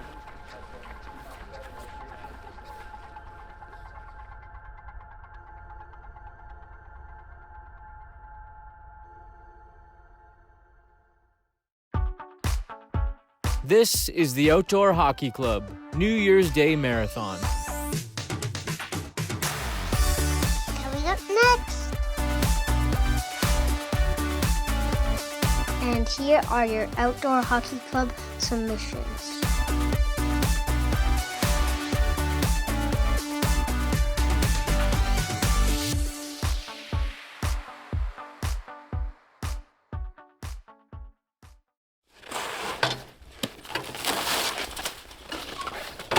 I moved here and my grandsons would come over and come skating over here when they started playing hockey when they're like 4 and 5 years old, and they were complaining about the ice, how it sucked. So I just remembered how we flooded the ice in Dawson City using a barrel, so I thought I could do that. This is where I load it. And I just got to grab the valve.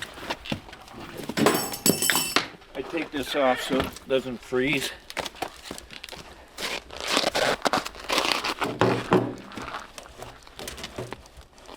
Then there's a little attachment on the back there? Yeah, there's a bar with a piece of sheet to drag along. Spread the water.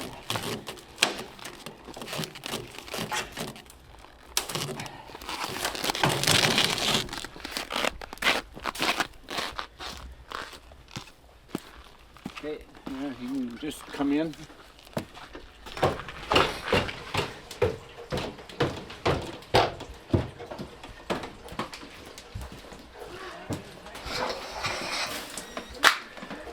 These are just, before I did this, it was getting, the windows in the house were all getting iced up and stuff from condensation, right? Too much evaporation on the stove. So what's the key? Getting the water to the right temperature? Or Just as hot as I can get it. because you have to account for it cooling down on the trip over, or what? No, it's for, you can't get all the snow off of the rink, so it'll melt whatever snow's left when it comes out. Yeah, it's hot. It's like nearly boiling. I get up at 4 to stoke the fire, and then I put 3 extra pails that I fill with cold water to heat them. As soon as I'm done, I'll fill them and just stack them around the stove, and they heat up pretty good. And then I have to get up like 4 in the morning to stoke the stove. I'll put the others on top to heat, so I got enough hot ones.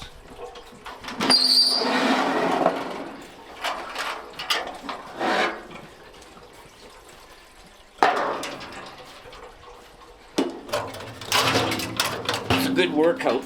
Yeah. And you got your skates on too. You got. Well, I just do that for lifting. I'm short, so it just makes it easier to get ones off the stove. I'll switch to boots when I start going up the stairs. How did you come up with this technique? Oh, I just figured it out as I went. I just knew I wanted hot water. I'm just gonna go up and grab my boots.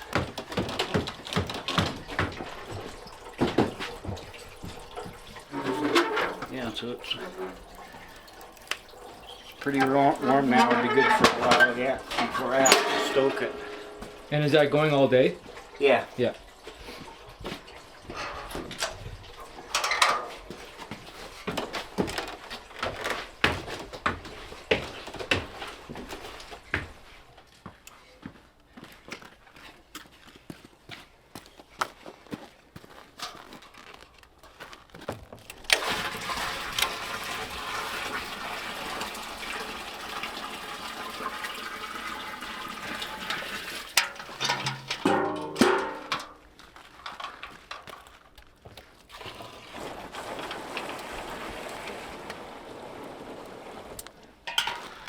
So I just have to do that 5 more times.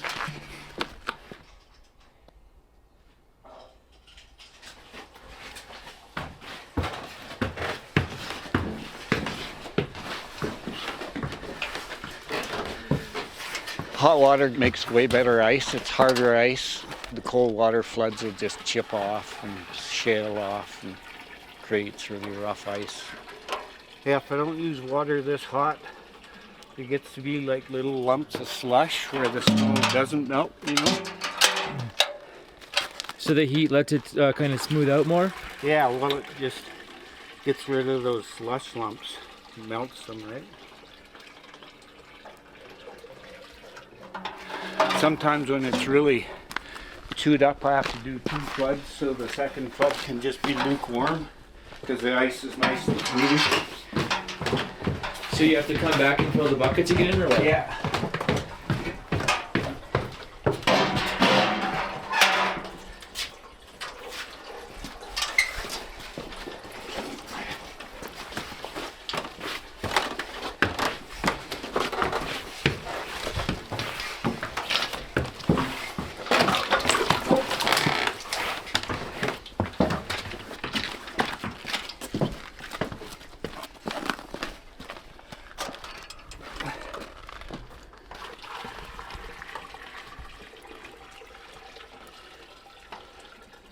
This is the spreader bar, and this drags along behind to spread the water. The water goes on here.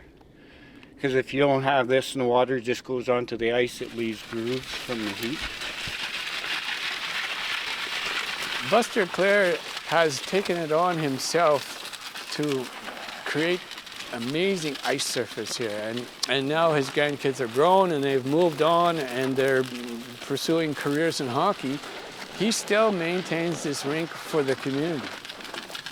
And he's out here every day, like even Christmas morning, 7 o'clock, Christmas morning, he was out here flooding the rink because he knew the community was going to use it during the day. And just his process is, like, I think it's a mix of science and art and caring for the community. Well, I just knew I wanted to use a barrel because that's what we used at the rink when I was a kid in Dawson City. So it works out that one barrel does this rink.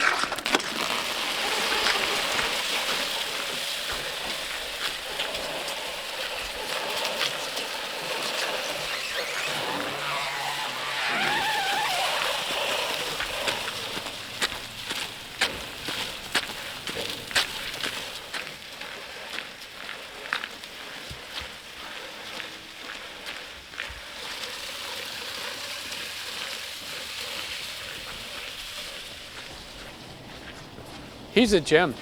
We're so thankful to have a neighbor like him that's willing to put in that work to create this ice service for the rest of the community.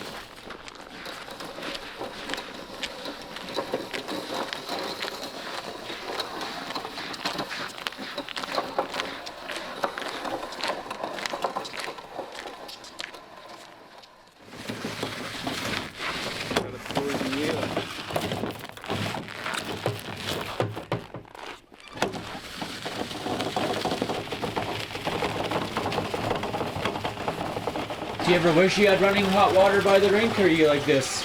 I don't mind. I like the workout. Yeah, I'm just lucky the way the setup I have here at the house and where it is in relation to the rink to be able to do this, right? So I just fill these with cold water now, stack them around the stove.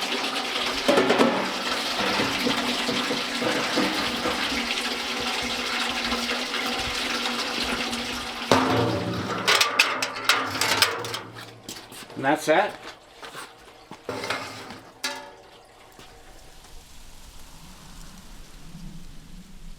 Yeah, it's looking pretty good. It feels smooth. When it gets colder, like minus 25, you can see these cracks here. They'll open up. And then when I use really hot water, it just makes them open even more because it just melts it. So when that happens, when I scrape the snow, I make sure those cracks are full of snow and then just use lukewarm water. And that water will just wet the snow and then freeze it in the cracks. And I get my wife to walk around behind me with a couple of shovels to pick up the slush lumps as I'm ZAMBONIing. And then, yeah, so it leaves little dips where the snow is frozen, so I have to do a second flood to fill those dips all over. But it's an easy way to fix the cracks.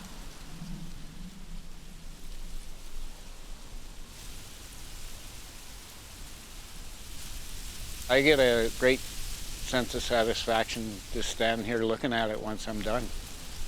Just become a way of life. Yeah, if I don't do the rink, I don't feel right.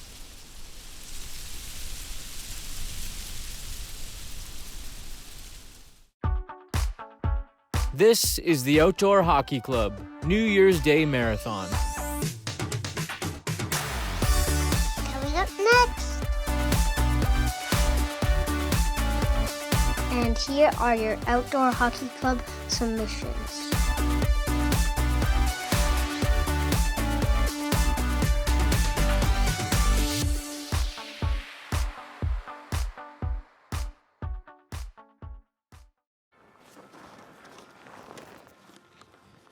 The biggest tip that I could give anybody about making ice is metal shovels, because we don't have a ZAMBONI. Your little plastic shovel with a little metal strip on it isn't going to do it. Every time you remove snow with your metal shovel, you're smoothing down those little grooves from the skates or imperfections in your flood.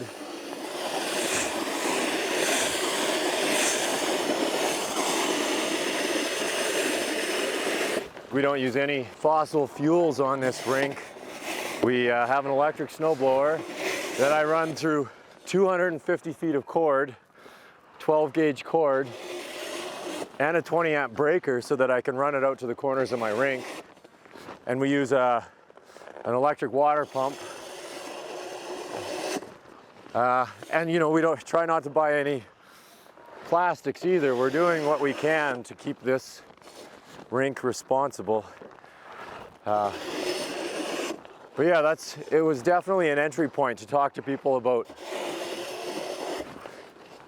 how things are changing and how we need to adjust.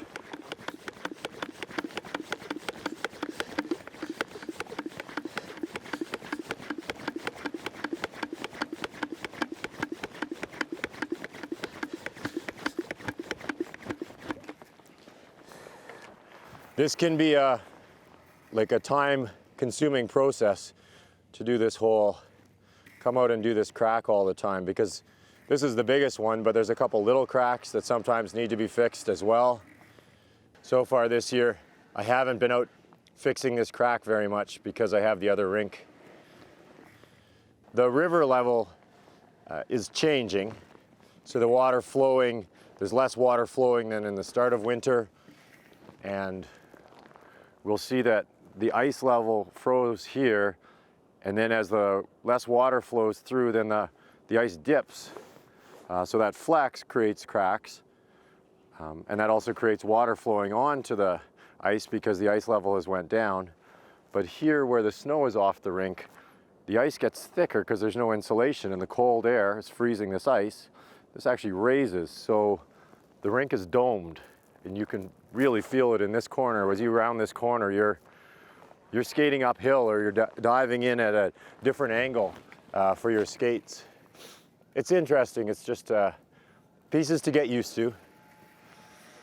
You get a bit of home rink advantage if you've got to play hockey on it.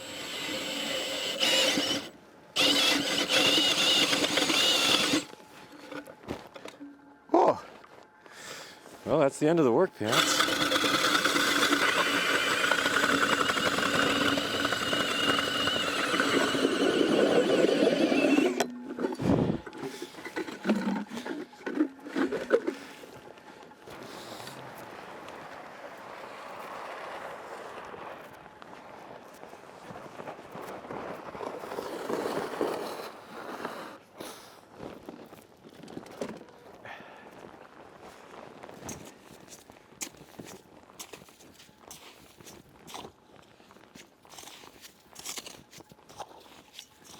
Me being out on the ice is absolutely a sort of escapism. It's a bit of therapy as well.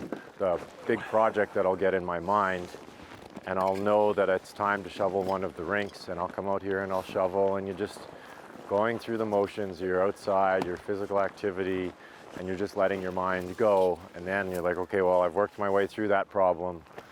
You got your exercise, go back to work and get more stuff done at the office.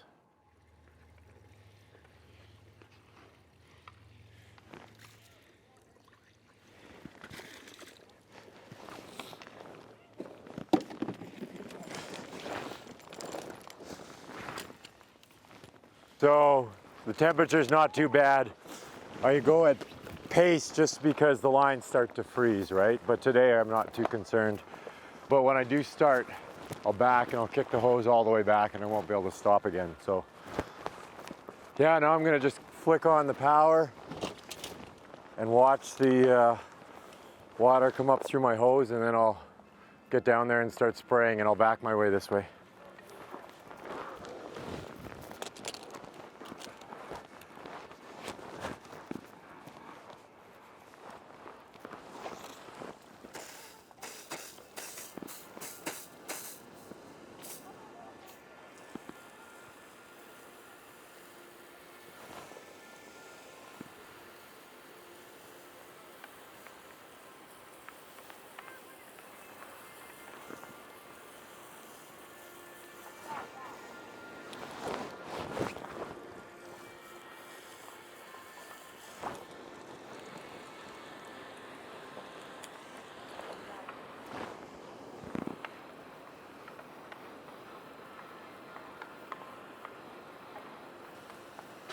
So what have you learned about flooding?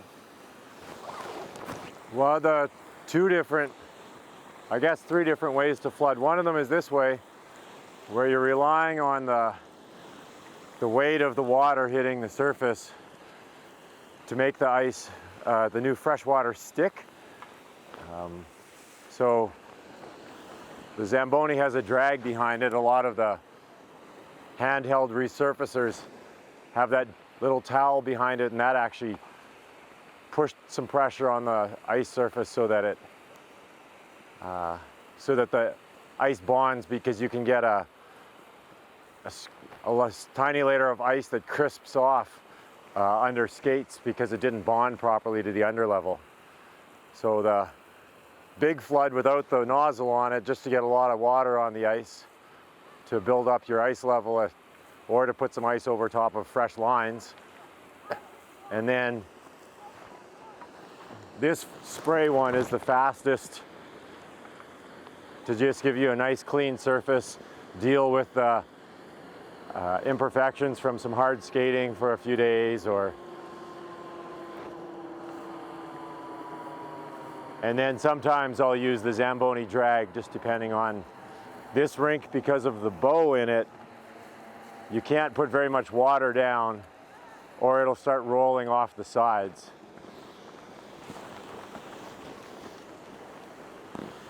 It is a lot easier to flood this in daylight, so you can see all the little angles. Doing it under the floodlights works, but there's a lot of imperfections that you can't sort of try and solve. And this end of the rink flooded up with water after the warm weather in December, so this end is really it's rough. It needs a lot of work, and it's harder to spray flood. And even the first winter that we had the river trails out here, I didn't skate very much, or rather the forest trails. But the pandemic year, I decided that I was going to learn to skate as good as a 12-year-old. And I was going to go out and skate every single day. So we did. Minus 29 was the coldest we ever skated that first winter. 118 days in a row. And then last year was 109 days in a row, and well, now after that much skating, I can skate. None of it is professional ice. You learn from experience when you've put enough water on so that it'll self-level. And then if you put too much water on snow, then it'll pockmark, and then you put too much water on a slope and you'll end up with ripples from a downflow. Every one of them is an experience. That is a heck of a flood. My very first time getting a pail of water from the house, carrying it down the hill and pouring it onto a bumpy section. My son and I, we were thinking we were just going to smooth out one little 3-foot by 3-foot section, and the water just ran off of it, left ripples and froze, and we didn't get any smoother ice, and we're like, okay, there's more to this than flooding. So but yeah, it's a good escape. It's a good feeling to get it right, to get the water done well.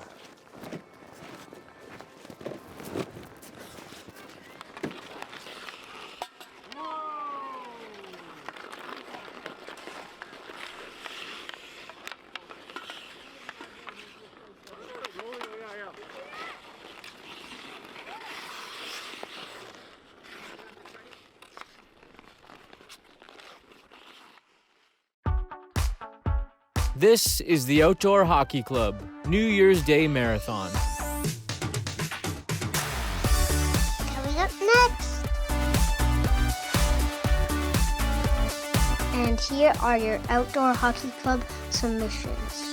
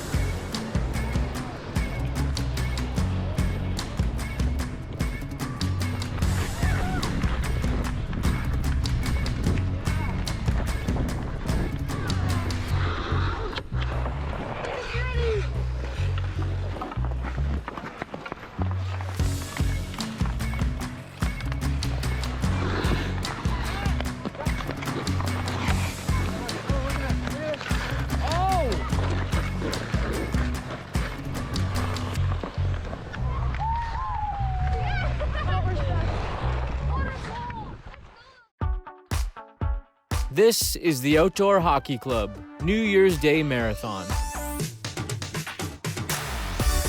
Coming up next. And here are your Outdoor Hockey Club submissions.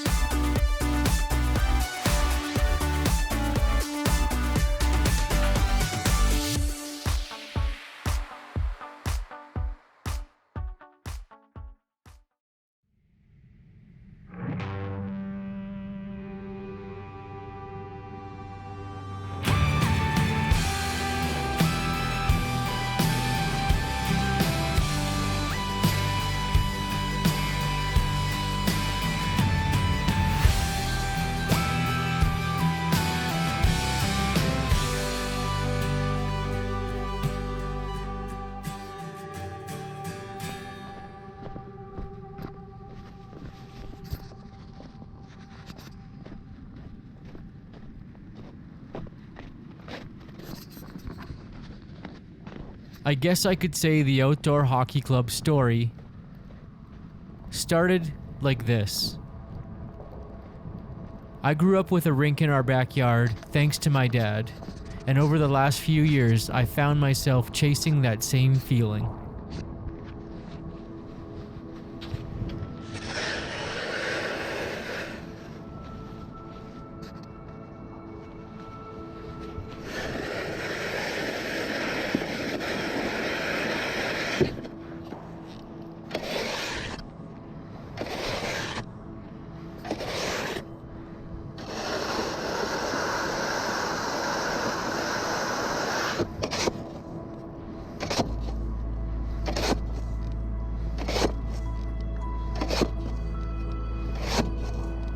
Winters in Manitoba are meant for outdoor hockey. And now being older, the process of clearing the ice matches the feeling I get when playing.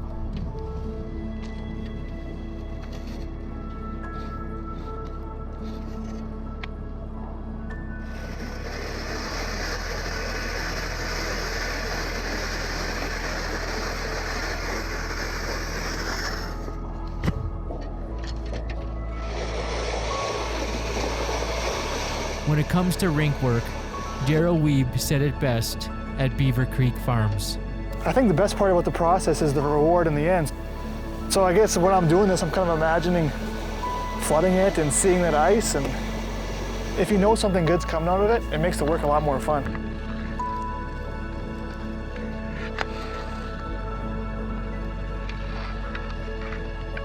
Another part of my outdoor hockey ritual is constantly repeating a new skill until I succeed.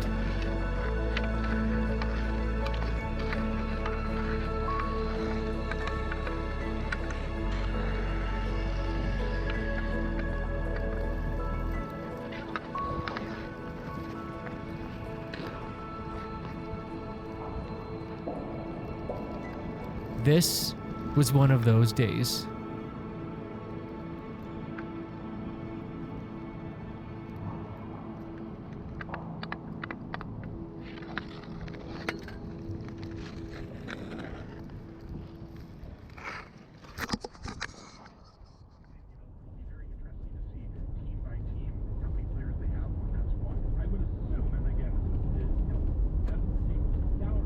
The outdoor hockey club story continues with pucks.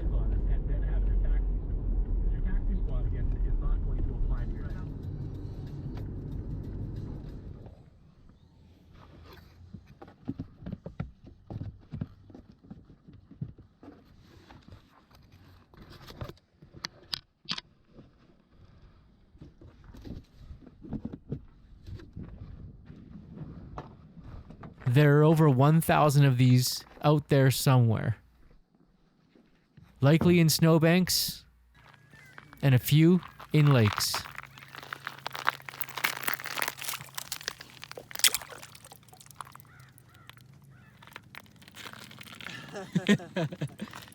That's the old one.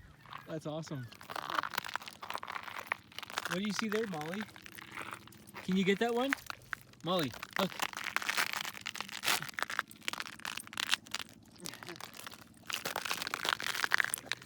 It's already a ton of alcohol. It's weird. It must be cold. Oh, Oh, Hooter!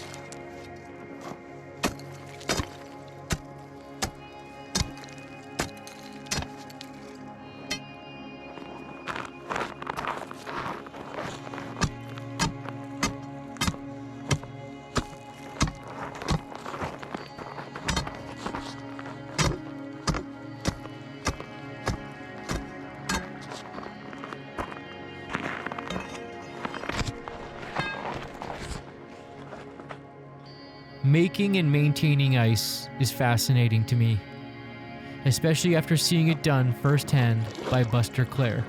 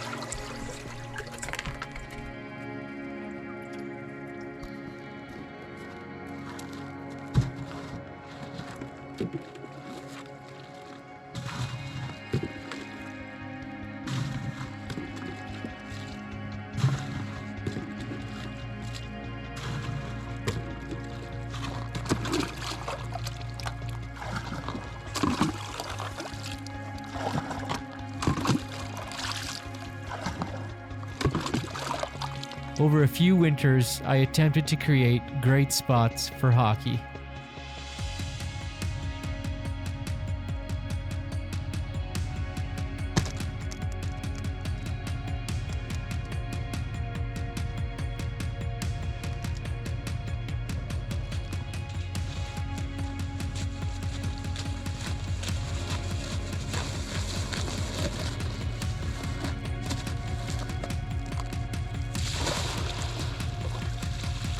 This seemed like a good idea at the time. It didn't work, although this process is a memory I'll keep forever.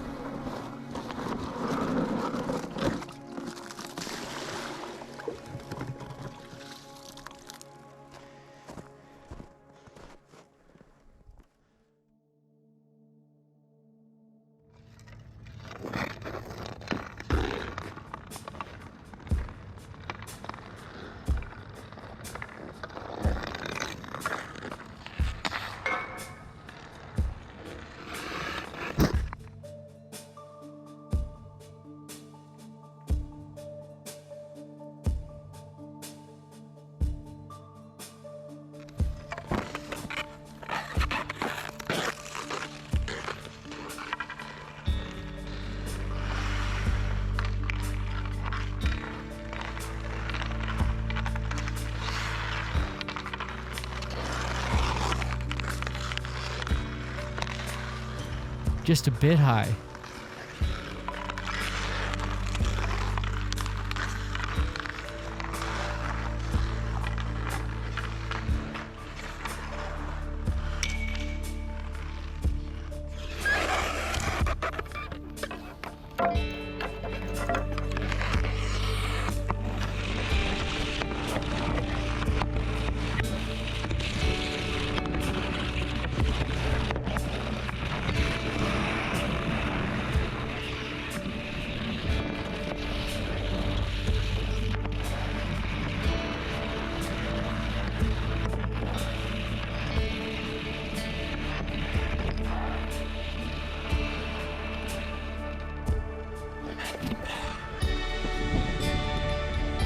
Can I have it? Hey, there you go. Come here.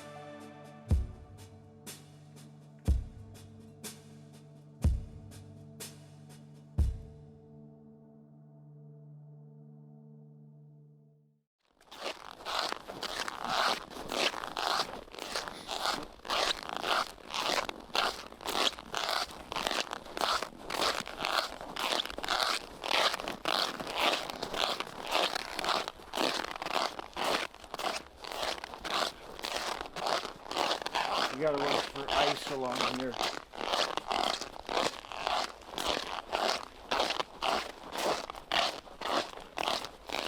I moved here and my grandsons would come over and come skating over here when they started playing hockey when they're like 4 and 5 years old, and they were complaining about the ice, how it sucked. So I just remembered how we flooded the ice in Dawson City using a barrel, so I thought I could do that.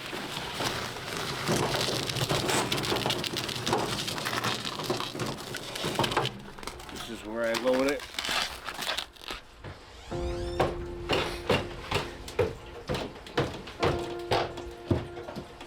I get up at 4 to stoke the fire, and then I put 3 extra pails to go along with the rest that heated around the stove overnight. Hot water makes way better ice. It's harder ice. The cold water floods will just chip off and creates really rough ice.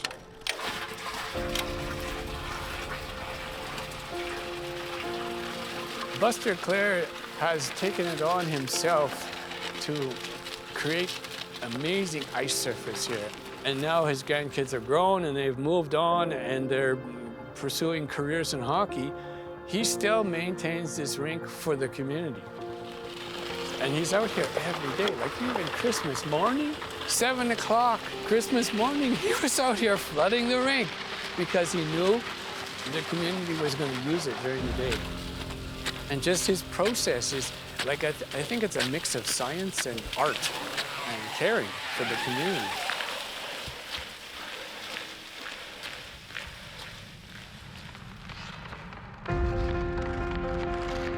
In the depth of winter, when the days grow long and the weeks grind on, the ice becomes a sanctuary. The net is there! There are the early risers. When I was little, my mother used to go out in the evenings and flood a rink for me, and she spent a lot of hours out there doing that. I guess that's kind of where I felt I should give back. And the ones who stay late. This is like my fortress of solitude. to be down here on some nights. No phones, no technology, quiet, out in nature on a nice clear night. But the common thread is a love for the game, passed on through the generations. From the neighborhood rink to any patch of ice cleared of snow.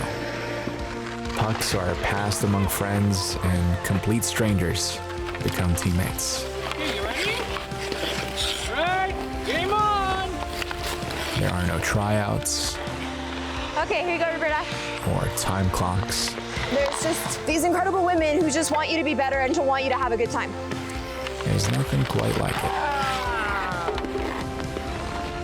There's something different about outdoor skating and hockey. It's kind of what Canadians are all about. Nothing quite so. There's something about it, like just being out in the elements, like there's nothing better than playing a game of hockey when the sun actually feels a little bit warm on you, but it's still nice and cold outside and the ice is nice. It just kind of is more gratifying when you get to enjoy that. We like skating together because it means a lot to me and my dad because we teach each other something new every day and it gives us the opportunity for freedom. And when you have fun, that's all that matters. Just become a way of life, yeah. If I don't do the rink, I don't feel right. Yeah.